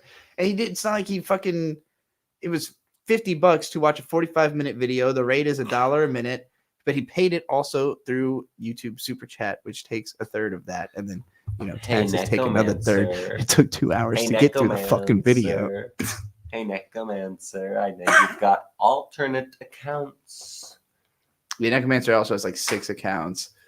Come back, get banned. Learn how it works. I'm a little bit shocked they came back to buy another thing. Honestly, Yeah, that was about a super chat from the other day where I couldn't get to it because I was doing something. And Necromancer, here's the fun thing about super chats. It was to review their friend's Mal. Pause. Yeah. Here's the fun thing about super chats. Trixie is doing all of you a dignity by actually responding to any of your super chats. I don't have to do that. Not at all. The super chat, a lot of people don't. The YouTube function, the super chat, does not require you to react to them. Does not require anything. No. So Necromancer, you saying you deserve a refund means you don't understand what you put your money into. Right. And that is your problem, you stupid cunt. Yeah. Necromancer, I'm sorry that I get drunk. I mean, he was saying that to be like a pithy cunt. It's not that he didn't actually think that. He's just being a... Look, I'll get drunk and yell at Necromancer on any stream. Necromancer, I'm sorry that I get drunk and yell at you at every stream that I get drunk on. But you could be less of a goddamn annoying cunt. Yeah. Gary Always. I mean, I was shocked that Necromancer was back. I was like, wait, what? Because I'm like, here, right? No, not because you're here No. at all. Like, No, we at bullied all. him so hard. No, There's I a could- fucking hang whole on, clip of pause. us bullying him. I could see him being here with you. Yeah, but I would But be. the minute I come back, I was only not Necromancer being should mean be because you were here to be gone. mean. I was going to be mean to Necromancer. I was going to lay in on him, but he was paying for somebody. He paid me to review someone else's Mal, and it clearly wasn't him. Oh, Amy talked to Annie. Unless This he's is why really people say lying, you're I one don't of the know. best anime analysis ever. Just don't act like a cunt, and people won't think you're a cunt. Yeah, it's that simple. It is literally that simple. You thought this Necromancer was another Landon. That would be- That's so fucking funny. No, that was Necromancer. That was It the was same definitely one. Necromancer. It was easy to tell by the way the tack they took. Landon has too much of an MO. He's a one-trick pony when it comes to trolling and making new accounts. Anyway, Necromancer, try me. Do better next time. okay. Let's No, finish hang talking on. about Gary Always Pause. Is Now. We Every can. time you talk about Necromancer, I lose like 30 minutes worth of super chats that I could be making because we're talking about that guy. Fine. I'm just saying. Necromancer, I have given you every advice that I possibly could to not be a cunt on the internet. That I didn't. I mean, I gave this to Gary Always too, and Gary Always learned, hey, I shouldn't be a cunt on the internet. Yeah. And I unblocked Gary Always for that. No. I'm not unblocking Necromancer under any circumstances. I don't think you No, can you fix fucking that level shouldn't. of being a cunt. Necromancer's dumb. Necromancer's It just does not belong in my community. There might be somewhere for him. It's not here. Go to Ben Saint's community. Oops, I didn't mean to click. Ben on that. Saint's community will gladly take you. I can tell you that right now. I know That's that's for a True, fact. actually. Not that I want to strengthen the numbers. Well, I guess it'd be weakening the numbers. Oh to yeah, send that guy strengthening there. the numbers with Necromancer. Yeah. Oh my god. Yeah, actually, yeah. Go actually, real quick. Get yourself into Ben Saint's. Oh my Discord as god. quickly as Are you possible. telling me that Ben Saint now has Necromancer on their side? I've ruined everything in my life. Is over because Necromancer is Teamed up with writing Ben against Saint. you. Oh my god, what am I gonna do? Fuck you, Necromancer. Fuck your stupid ass videos. All right, what's your Fuck opinion of Gary everything. Always is my anime list? Show it to me. It's been on screen for fucking 45 Doesn't minutes mean now. anything. Here you go. He's got a little elephant. What's his number one? A Silent Voice. It's a movie. Never heard of it. This girl is deaf, and this kid, when they're in elementary school, bullies her, and And then they end up together and they love each other. Wow. Oh my in god. the future, yeah. Well, but they have to overcome the psychological damage of like he really, kind of like she tries to kill herself at one part. It's And then alright. he's there and he's like, oh We my god, you got shouldn't kill Maid yourself. Dragon. This is about a cool chick who's very very non-binary, getting a big titty dragon maid to live in her house and be obsessed with her. It's like, oh god, what's the one where he gets an angel to come Yes, in? Yeah. it's like that for gays, kind of. Is that show not for gays? Sora no Toshimono, that's a very straight show, or at least a very. Is this show closet for gays? It seems The like dragon it's a show woman. is. Well, yeah, it's a woman and a woman. It's It's for this lesbians. This is a lady. Yeah. Gays and lesbians are different Sorry, groups. not in my brain. There's two categories: gays and liars. That's it. There's Sorry. the gays and the it's- liars. Sorry, it's not a you thing. queers and the liars. No, it's gays typically mean men and men. Yeah, no, I know. Lesbians mean. I just women don't and women. believe in any of that. Well, that's fine. It just I've decided it's the gays and the liars, and that's it. so Which basically means it's just the gays, but there's also liars who are lying about it. So it's okay. the Gender gays- doesn't matter. I'm down with that. but Okay. it makes it hard to You're differentiate. getting it. You understand the gays and the liars. All right. Key the Metal Idol. I dropped this Oh show my god! halfway in. Yeah, wow. Oh my god! It's just like Kusomega and fucking Libely. Oh or my whatever. god, you're right. He just likes young girls that are metal, like metal associated. He's really into metal. Gary Always is the biggest Libely fan I've ever met. Gary Always is the biggest Kusomega. I bet fan. Heavy Metal Queen was your favorite Cowboy Bebop episode, wasn't it, Gary? Tell me if Heavy Metal Queen was your favorite Bebop episode. All right, favorite characters. Worst girl. You know, the creator of the current fail girl culture. Nonon is pretty underrated from Kill La Kill. Good representation. Gary Always, correction. I am the Yoko's only hot. Libely fan. That's true. Wrong. He is the only. Nope. Wait, who else? Me. You like Libely? Libely's Hey. cool as fuck. All right, 2 Libely fans out there. I love all of the characters in Kusomega. I wish you'd Aw. fucking finish it. I will finish Kusumega. Kusumega requires personal growth and adventuring within myself to find the answers to, in a way that writing a furry book about you doesn't require me to do. Anyway, let's do Asoeebs now. Deflection. That That was like a perfect Elden Ring parry, by the way. All right, I like your Ava gif, and I like this. I like the facing away thumbnail. This reflects my impression of you, Asoeeb. I hope this isn't offensive to say. You seem like a very dissociative person, which is relatable. I am the same way, but just something about having a completely faceless avatar. Anyway, Hey, real quick. I know I haven't paid any money, and I know people normally would, but can we watch like a 45-minute video about me analyzing Evangelion? You had me going there. I was like, what are you talking? What 45-minute video are you trying to? It's funny. Can you fucking believe? I can't believe he came back. I really can't. The level of mockery we did on that guy, I would not show my face in a place that mocked me on the I level. wouldn't show my face again ever under the same name. Dude, like anywhere you mean? No. There's a whole I don't know if Necromancer doesn't know that this got clipped and like we Bit have like a whole this. video I think this will be just about us shitting on Can I call that people a video. tard? Yeah, I say retarded on here constantly. I Mhm. hope you can. Necromancer, you're a tard. Okay, anyway, Asoeeb. I'm the content creator Asoeeb or Neko Love for my editing. Hi, I'm the useless dumb fuck of an otaku who spends all of their time watching anime or who's on the internet. Nice If to meet Necromancer was this aware, you. Self-aware, he would be a much better person, yes.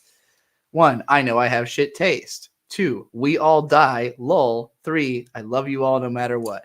Asoeeb, you're in the holy club now. I like this more than your article. The article is fine. The article basically said we should watch that new Code Geass. So I mean, I know that. we I should already- do it. Sorry. It seems to just be like a retread. Like they were kind of praising it while accidentally calling it a retread, and I was like, fine by me. I don't have to rewatch the original then. I don't know anything about this. I saw the 45-second thing of her using her gay ass, Yeah, it looks awesome. and She's then- hot. Code Geass has always had the hottest chicks. C2 is maybe the hottest anime chick. Callan Stadfeld is one of the hottest anime chicks. Imagine caring about women. Nunnally is like the highest tier lolly character design I've ever seen. I don't even remember none of them. His sister. I know his who she blind is. sister. I know who she is. Well, 'cause don't I- remember because it'll make me look bad. Who else are hot? There's a bunch of hot chicks in there. Anyway, No, I'm sorry. The hottest chick in anime is the fucking cat witch in Soul Eater. Blair, she's pretty hot. She's not really as much my type. I think it's just a personality, maybe. Actually, the girl from Hyper Police. I mentioned The this. girl from Dead Mount, or no, not Dead Mount. Dead Man Wonderland. I mentioned on a recent stream. I coined the phrase to describe this girl of Do you know exhaustingly who I'm talking attractive. about? Which girl from Dead Man Wonderland did you say? The You main know, one? the- Shiro. Shiro. Yeah. And she acts like a fucking baby, so she's She does? unattractive. I just I remember thought- her showing up and being like, She's a cat, "Is that what she is? She's like a cat girl." isn't she? No, I'm This fucking girl's a thinking of cat. K. God damn it! I'm thinking of K. Shit. Okay, here's a good like illustration. Just like this is the perfect female form. If I could choose a body, I would choose this body. Cat girl, big hips, tiny long legs, tiny torso, opposite of my body shape, of course. Gigantic tits. Okay. Um, Sorry, the person I'm thinking of, Neko from K. exhaustingly hot. Anyway, Look up Neko from K, please. Just do me a solid. Yeah. oh, okay, yeah, she cute. Yeah. Tits aren't big enough. Yeah, they are. This shot, they look big. Give me the fucking. I don't want the whole Welcome website. to the wiki page. Give me the image, please. Okay, it really didn't grow at all, but whatever. Her tits look big enough in that shot. She looks really hot in that shot. Most of No. these other images are not doing it. Neko's great. She does magic with her boobs. That's pretty good. There's like a girl who kind of looks like her from Blood Blockade Battlefront. No, that's not her. There's a different chick who looks more like that chick. Whatever. Hang on. What about Alexander Anderson's sister? Alexander Anderson's sister. Did you not watch Full Metal Alchemist? Alexander Oh, Anderson is fuck, the no, bad guy no, from no. Helsing. Shit. You mean the you mean strong guy. Olivia what's her fucking- name? God damn it. Sergeant Armstrong. Olivia Armstrong. Yeah. Olivier Armstrong. Yeah, she's pretty hot. She She's got the the best. dick sucking lips. She's more like You know- mommy though, to But- me. I mean, I but- can see why you would find her more hot. So She's let- more like I want to be exactly like her. Let's say though, like, does she go? You If she don't go, I don't talk to Okay. Good to know. her. Are you not aware of this meme? No, I've never heard that. So here's a fun thing that I was made aware of today. Some random assholes cornered a hot girl on vacation. She was like, "Hey, do you have any advice for people like in the sexual aspect?" She went, "Well, you gotta on it." All right. This good to woman, know. this woman fair. happened to be like a preschool teacher or something. Oh, I don't know her Jesus. context or whatever, but doing that got Yeah. her fired. Because She was on yeah, if I don't support that, but what a dumbass. Like, I would not show myself on film doing a hawk tooth about a pussy if I was a school no, it's teacher. not about a pussy. What else would it be about? A penis. Well, so she's saying you gotta spit on your dick and then it doesn't matter what hole. You should really spit on the hole. That's not what she's saying. Okay. Oh, she's saying you gotta suck dick. And you gotta Okay. you gotta spit on that dick. I would think she meant to put it in the butt. That would be my you use spit as a lube. It's like a No, because it feels better when you're. jacking it. Okay, so you gotta spit on it, then rub it. Is what you're talking about. If Okay. she It's talking don't- about hand job. If she don't, I don't talk Okay. to. Okay, fair enough. I can't believe this has evaded you. Wait a minute. I had 2 or 3 people. At When work did today the ask me official about this name before. of Evangelion 3.0 plus 1.03 what thrice upon a time become Shin Evangelion movie 2 fucking lines? What is this? How do I read this? All right, gang, you've lost me. Parallel?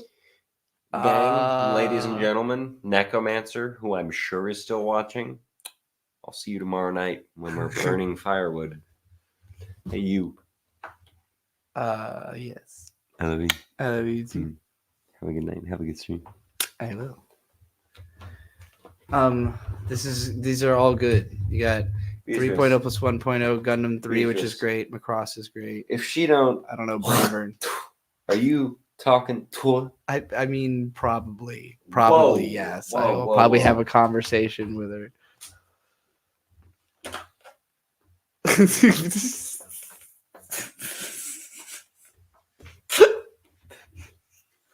What is that face? Wrong. Will you bring me the box of wine? The box wine, and also a Coke, a fake Coke. Where's the fake Coke? It's in the cabbie. Well, I'm sorry. For all intents and purposes, due to Don't forget your Cicada, This is not fake cocaine. It's fake Coca-Cola. Well, I don't need them in here. I'm gonna have to take them out of here eventually anyway. Where's your face coat? It's in the cabinet, the food cabinet. Okay, whatever. Bravern, and I don't like the Cowboy Bebop movie that much, but I can understand considering it a favorite. I mean, if you were ranking it just for the fight scene alone, that would be good reason. Dragon Ball. What is this? This looks neat. Sazan and Comic Girl. I have never heard of this, but it looks cool. It's from 2015 and it's only 2 volumes. I'll give that a shot. What is this? Crossplay Love, Otaku X Punk. Never heard of that either.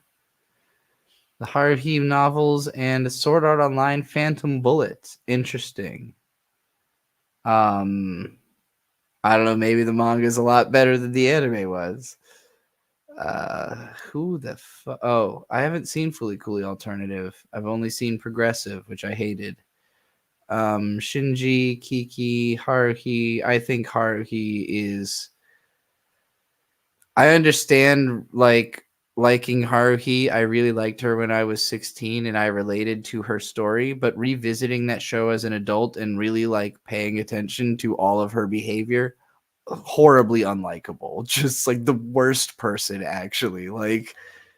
It's just a lot of stuff I think I just glossed over it when I was younger because I wasn't really thinking, just whatever, it's anime. But when you're actually trying to consider do I like this character? She's fucking terrible. Benefit when you're watching House MD. So I feel the opposite about Hibari. Don't Actually, like great. House. Yeah. The point is not to like House.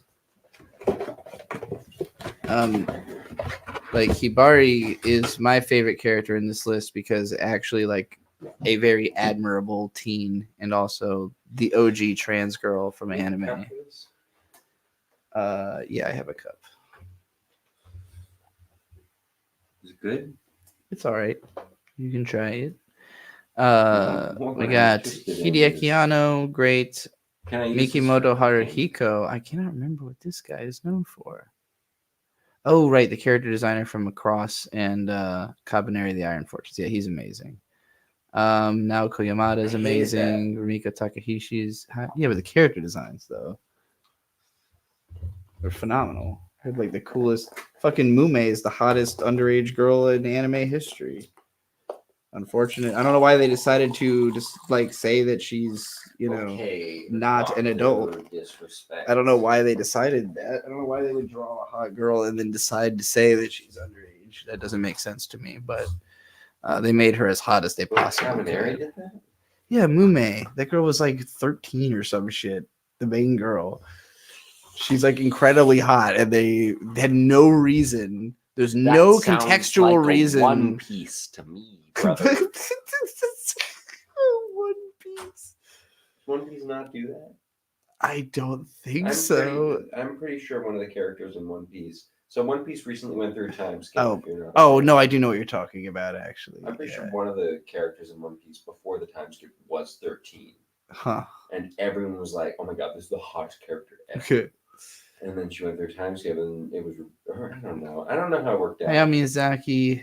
No, it was the red haired girl. Oh, this is the guy who did all those. Fairy Tail too. This guy is really, really good. This is I need to watch more of this guy's shit because I've only seen 3 of them, and they're all really good. And he's a super experimental filmmaker who was doing stuff. This is when Miyazaki is talking about how anime is dead, he's talking about this guy is dead.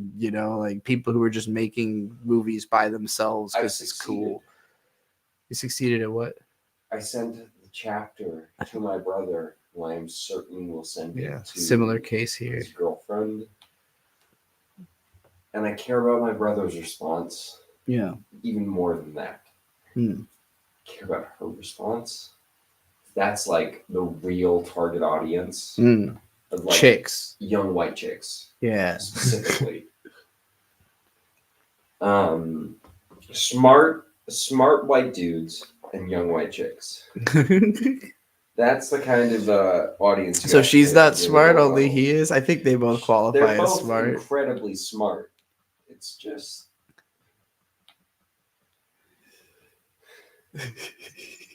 Bird's drunk. It's okay. Okay. Oh, we've got some 3x3s here. So this expands on the taste a little bit. I honestly am having a hard time telling what the fuck some of these are based on these choices of screen caps. Melanie Fate Mac. Stay Night's in here. That's Oh, Melanie Jesus Mac. Christ. What did Melanie Mac do now? In light of this Dr. Disrespect stuff, just remember that women are very deliberately streaming sexual content that Twitch even puts on the front page sometimes, visible to minors. Shut it all down. Kill it. Oh, can't say that. Well, I'll tell you what you can say. Well, do the song. Here we go. The rhythm, and then I'll start doing it. Faggot, faggot, Melanie Mac, faggot, faggot, Melanie Mac. Oh, fuck, I can't even do it. Faggot, faggot, Melanie Mac, faggot, faggot, faggot, Melanie Mac, faggot, Melanie Mac, faggot, faggot, faggot, Melanie Mac.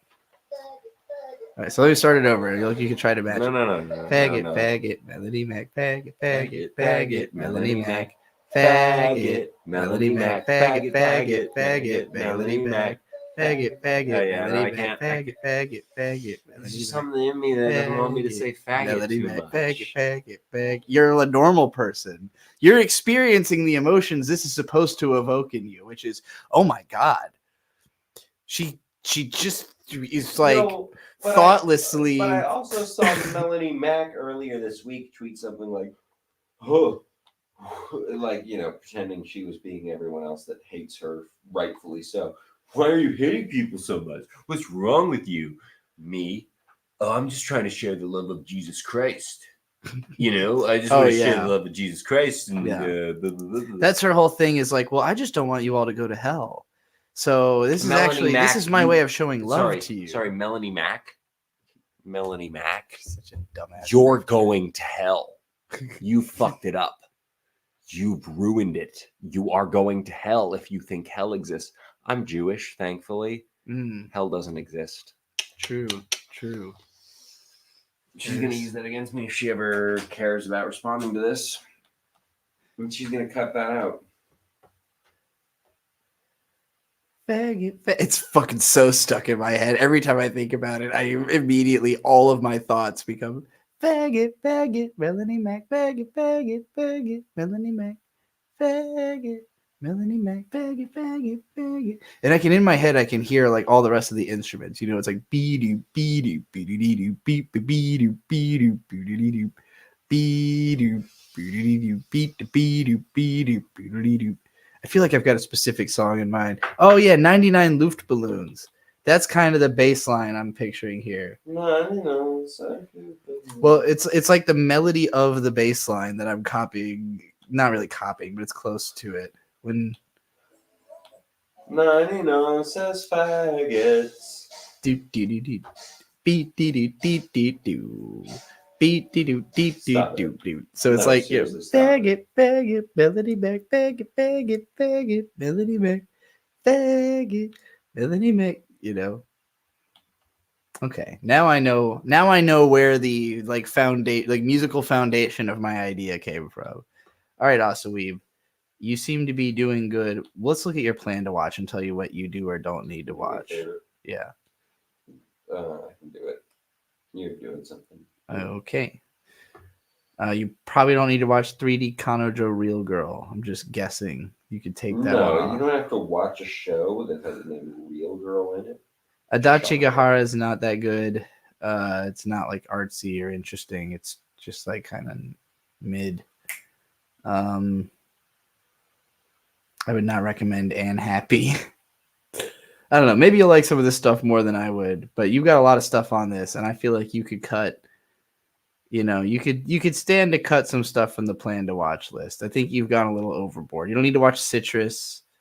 That's like when you're real desperate for more Yuri, like real desperate. Real like question. You've seen everything else a couple times, For all of you. Yeah. Send me any anime 3x3s or anything. You ever even fucking seen K? Yeah, everybody should watch K. I'm surprised how few people in my audience have seen it because it's like a popular show. It's a good anime. It's good and it was popular at the time. It just it's You haven't seen all of it, so I don't think I can. It's one of my favorite anime. yeah, I know. But it's not just because it's like really pretty and fun to look at. It's a good story, good It's character. a good story. It's got good philosophical consequences. Yeah. Like, if you haven't seen K, I should lean forward and into the microphone for this. If you haven't seen K, I don't really care about your anime opinions. That's fair. And I'm going to even add a more insignificant anime into there. If you haven't seen Dead Man Wonderland and also seeing K, I really don't care. Those are those are my two, like, Dead Man Wonderland is the worst anime I've ever enjoyed. And K is the best anime I've ever enjoyed. Mm-hmm. Like, I did enjoy Dead Man Wonderland. I'll throw myself on a cross right now. That was a fun anime. Throw myself on a cross. I never heard that expression. For crucifixion purposes. I see. I will toss myself up on that cross for the sake of. You've seen Dead Man Wonderland, right? I'll be your dead man. Well, so you remember Trapped the in intro, your but have you seen it? Only the first episode, and I read the first volume of the manga. It's fun. Kind of what I'd like to capture with the thing you're writing right now is like the kind of a similar thing that Dead Man's dealing with, or general anime are dealing with. Like, oh no, it's like you have blood powers, and they are all different based on the weird things that you've dealt with in the past. Ooh. But I think a better thing that encapsulates that is Darker Than Black. I forgot. You have to, before we even answer the question about is Harry Potter isekai, before you end up going to bed, we have to watch this. I've been saying that K is my favorite anime. Yeah, you've been saying that for years. Yeah, but I've seen Darker Than Black. Do you think Darker Than Black is your favorite anime all of a sudden? You've been reminded of Darker Than Black before. You never decided it was better than K. Out of nowhere. We've got to rewatch Darker Than Black. I want to rewatch it. K wins for me. I remember it being really good. K wins for me because it's really good. It's got incredible visuals. And that's pretty much it. All right, we're watching Darlene is Spiritual now. But Darker Than Black is like the K powers. They're just like, oh, you were born with them. You're really powerful or whatever. Darker Than Black is like, oh, you got to eat a pack of cigarettes to activate your power.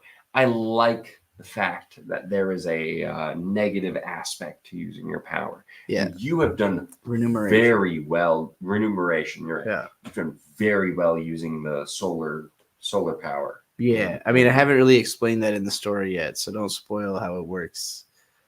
Sorry, or did I? Maybe I talked about it in a stream. It's like a solar battery, basically. Anyway, Darlene is Spiritual. Can you see this? Can you see this through the microphone? Is this blocking your view? Do you need me to move this? Would it help? Vision is shitty. Would it help if I moved the microphone stand for you to see better? It's not obvious. I don't know what you can fucking see. Is something blocking your vision? Would it help to? I was asking if it was blocking your vision. I can't tell. Anyway. Hey gang, it's me, Bird. So the microphone was right here. Yeah. I'm sitting back here. The microphone was sitting here. It could be that you could see over it or around it on the right or the left. Hey, this is a bullying stream. All right, let's watch this goddamn video. Hold on.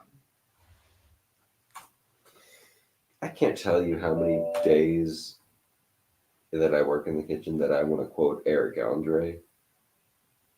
Human hit this ranch. You are about to be quoting Brandon Rogers. Is this the one?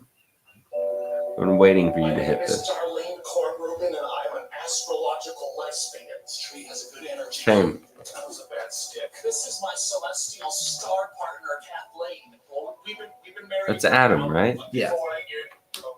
There's something you need to know about me, Marcel. Adam Nayland, for those that are curious. Yeah, if you talk for 1 second, you're gonna miss 3 lines. So let's try to listen to the sketch. I'm being cunty. I'll bully you. You think you're better than Necromancer? Yes. I'm an astrological lesbian. This tree has a good energy.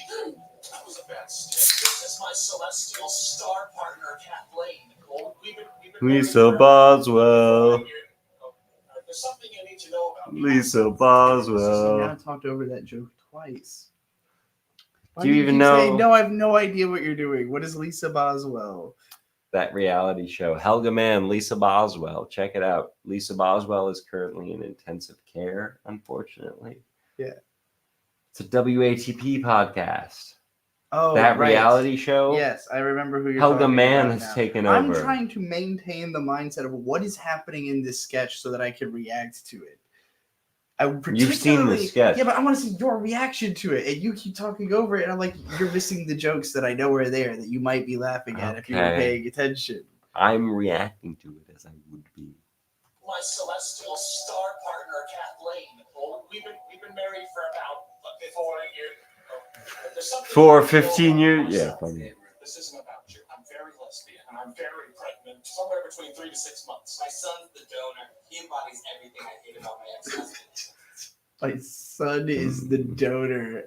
Oh, God, I had not caught that. How did they have a kid in the first place? Oh. I love Brandon Rogers sketches. Hang on. Hang on. What did it say? Sperm donor / what? Somewhere between 3 to 6 months. My son's the donor. He embodies everything I hate about my ex-husband, particularly his high sperm count. Sorry, pause. Kathleen's shithead son. Okay, good. But particularly his high sperm count. He's, well, His high sperm count. I spent years checking out all the good ones, so this one's bound to be retarded. What are you doing to my I spent years doling out the good ones, so this one's bound to be retarded. Bound to be retarded. What are you doing to my auntie Doris? John Diggs, Mom, it's my slave name. You call me Kathleen. Whatever, I gotta do this thing, bitch. Nature's a big thing. Whatever, I gotta do this vein, bitch. Fucking thing. I guess you could say I have a crush on my baby. That's what I love about Darlene. Her sense of humor. It's true. I teach a spiritual healing class that uses elements of nature and the universe. All right, everyone, now inhale. This is very relaxing for you.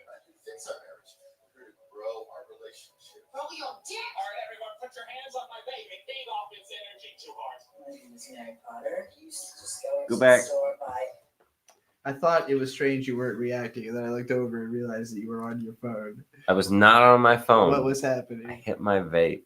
I was Oh. paying attention. Okay. What I did you go wanted- back for? I wanted to see what the. I like seeing the subtextuals. Okay, The I'll thing- keep my finger on the pause for the text. We're here to grow our relationship. Grow your dick. All right, everyone, put your Grow hands your on my dick. baby. Feed off its Yeah. energy too hard. my name is Student with dog. Thank you. That's what I was hoping Just for. go into the store, buy regular chips, for instance. Now I've been making my own chips. Beautiful weather here. So I assume you guys are. That's not the usual old woman Brandon Rogers has. No. If you can enjoy a salad, you might as well go rape someone. Kathleen and I only eat Have you mud. played this clip for your mom? No. If you can enjoy a salad, you might as well go rape someone. Enjoy a salad, you might as well go rape someone. Kathleen and I only eat mud. Darling, I know dinner. I think we're gonna have leftovers. It tastes like shit, but that's a price you pay for living as progressively as we do. Oh God, I'm going into labor. Someone put on Comedy Central. Okay, good. It's going back in. I'm going into labor. Someone put a. There was a lot there, and you reacted a lot. We got this when we went to Morocco last year. Don't tell the Moroccans. You might not know this, but Kathleen is a musician. Each track is one note for 3 minutes. Trombone players, speak out. I'm not joking. Oh my god. Is it I'm- really one note for 3 minutes of trombone? I'm not joking. Goddamn. What songs? Most of the look. Every now and then you'll catch a trombone player going like, doing like that was terrible. I'm gonna be honest, that was terrible. But every now and then you'll catch a trombone player doing an incredible solo. Yeah. And then in the background, you know what second and third trombones are doing?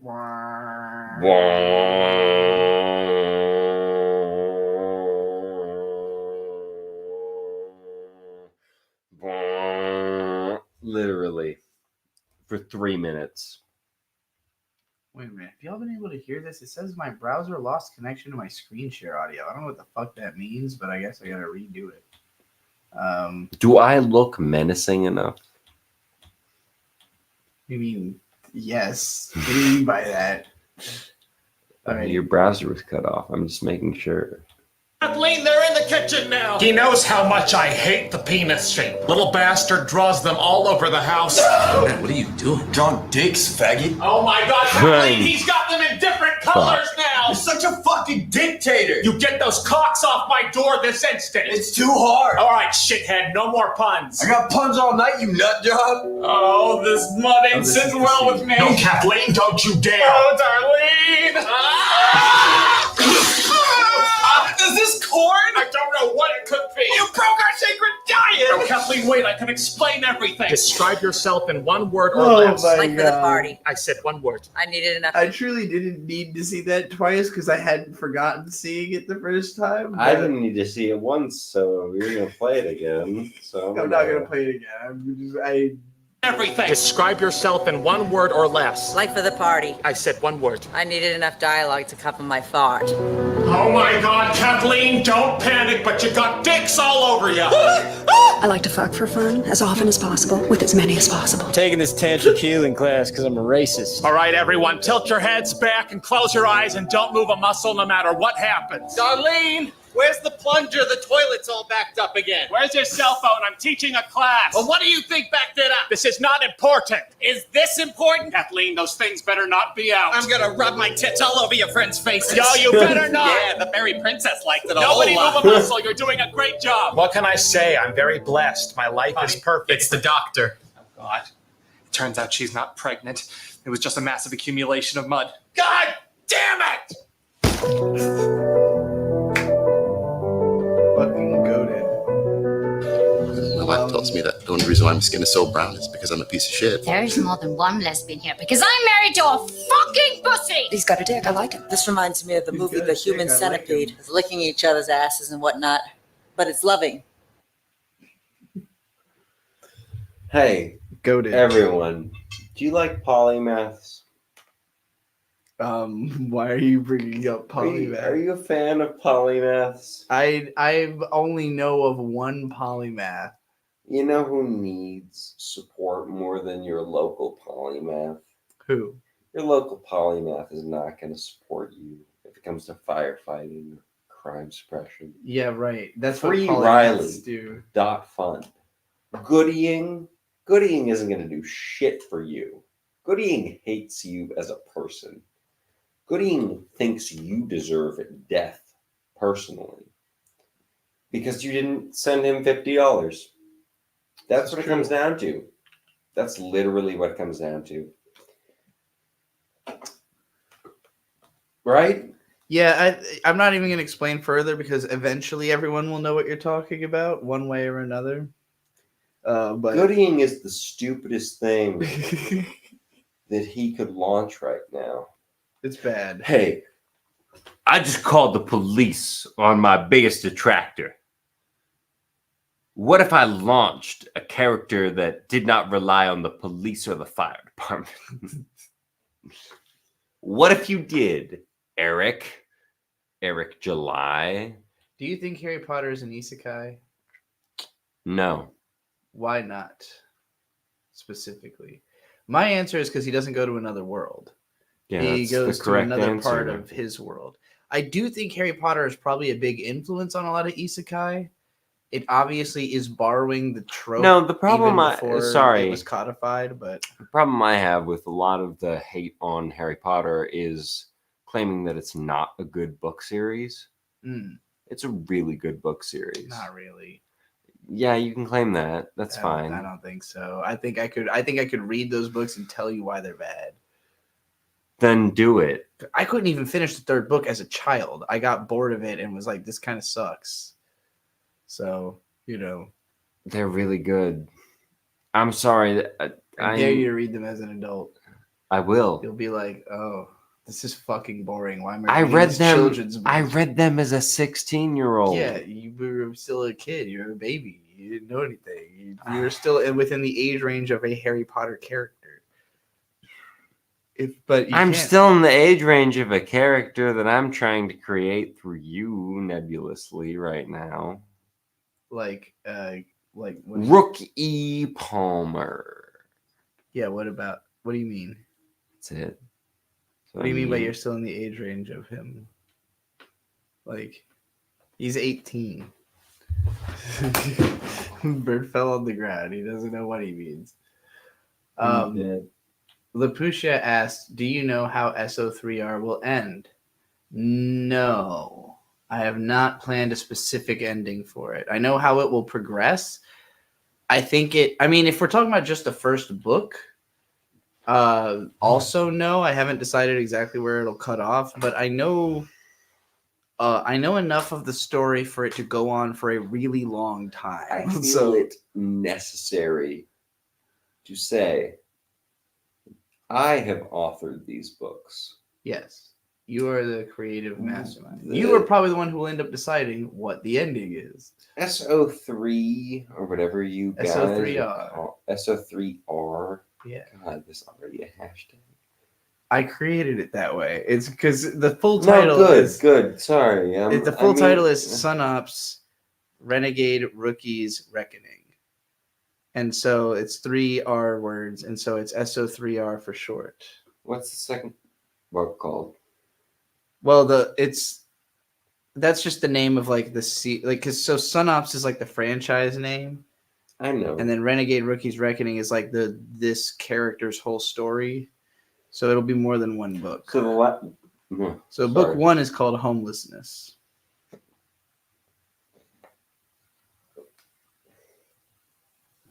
I'm hiccuping. He's got too much hiccup. Sorry, gang.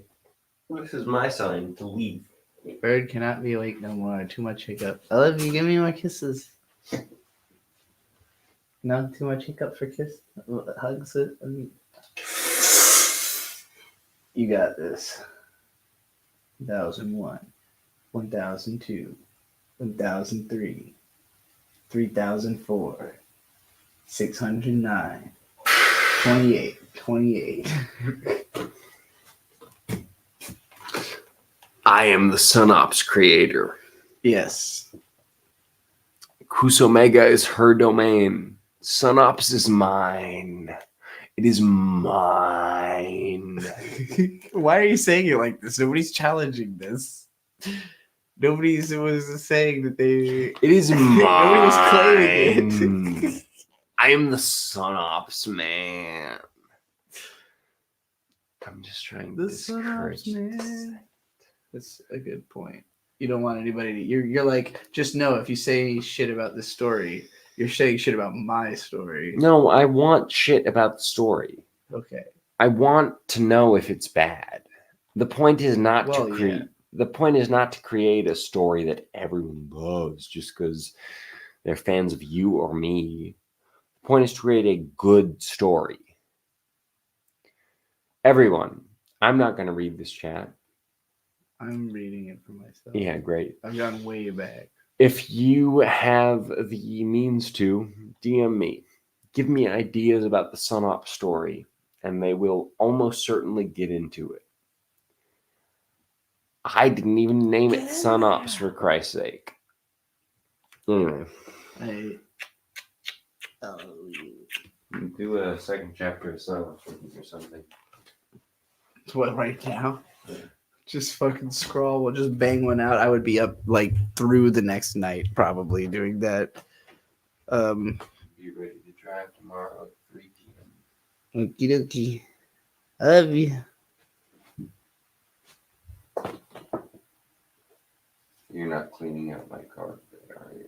I am. That's still part of my. Why do you say it like that? I mean, you have been holding me up from like getting any progress towards that end. But good night. All right. Does anybody else have anything they want me to watch and talk about? I think I caught up on all the super chats, and otherwise, I do have to clean out the car tonight. I want to do it while the sun is down because it's fucking hot outside right now. And I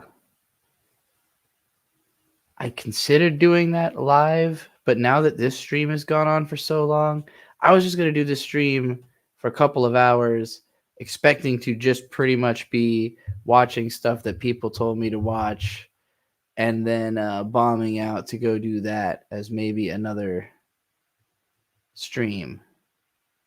But I don't know if I want to do all that, because now this stream has gone on exceptionally long. Why do I keep going and looking at my DMs on stream? Why am I like this? I'm a fool. I'm crazy. I'm just so used to not being on a live stream. When I see the number come up and I go, ooh, number. I click number. I go to DM.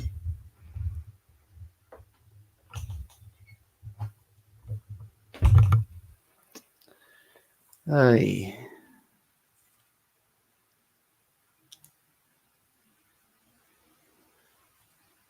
Damn, Gary, that is a bold claim to say that it's promising to be the most interesting furry fiction you've ever read. It's one chapter so far, but I hope to live up to your incredibly lofty expectations. Free young Clippa. All right.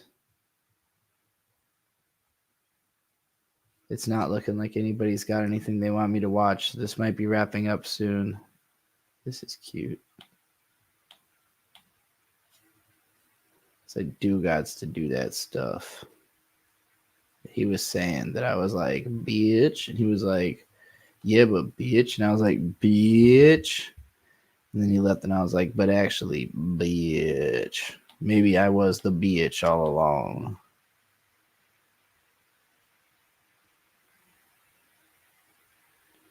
Did y'all see this clip? This is pretty funny. You don't think Eric should have called? You don't think Eric should have called the cops on him? Right. Well, actually, no. So that's another thing too. So I brought this up. How I guess the venue owner called, but Mint. Listen, Mint explained to me that she says that. Great moment. Ooh, this is pretty.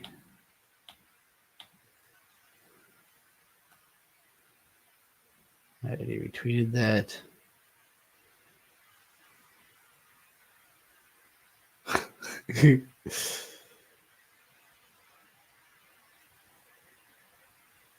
And shitification.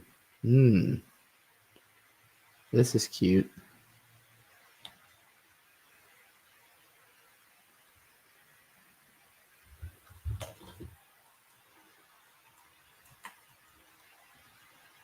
So how do you spell it? How do you spell it? Oh.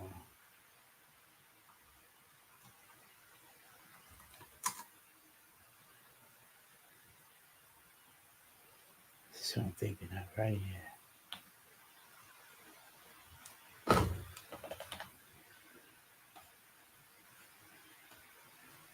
Ooh.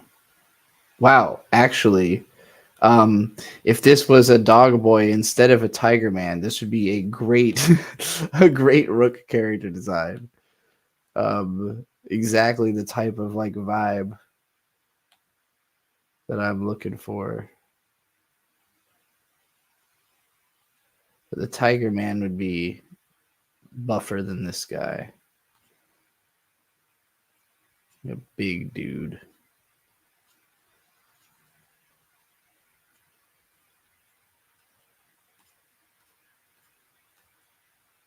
The fuck? My granddad is gay. What is this? This is a 3x3 of some weird sort.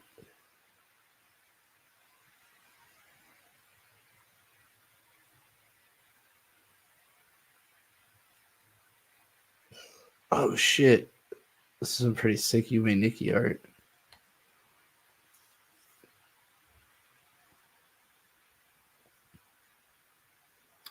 That one Lucario fan is finishing the furry part 2.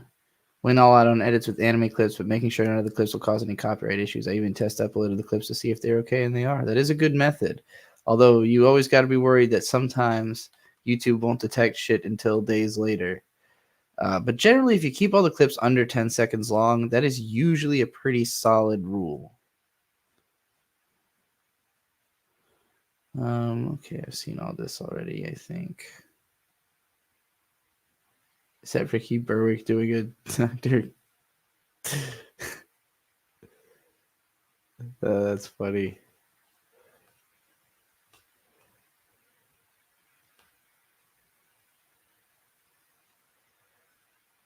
Yellow Flash sweeps for Dr. Disrespect and then sweeps for himself. What a fucking loser. He and Quartering both guessed wrong when it came to which way the clout winds were blowing, so they had to immediately do heel turns and grovel.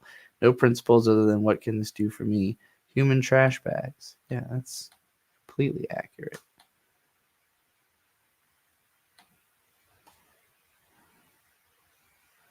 Okay. I'm going to go and clean and organize my car because this weekend we are going to too many games. And that's going to take me some time and doing. And I'm not going to be up all night.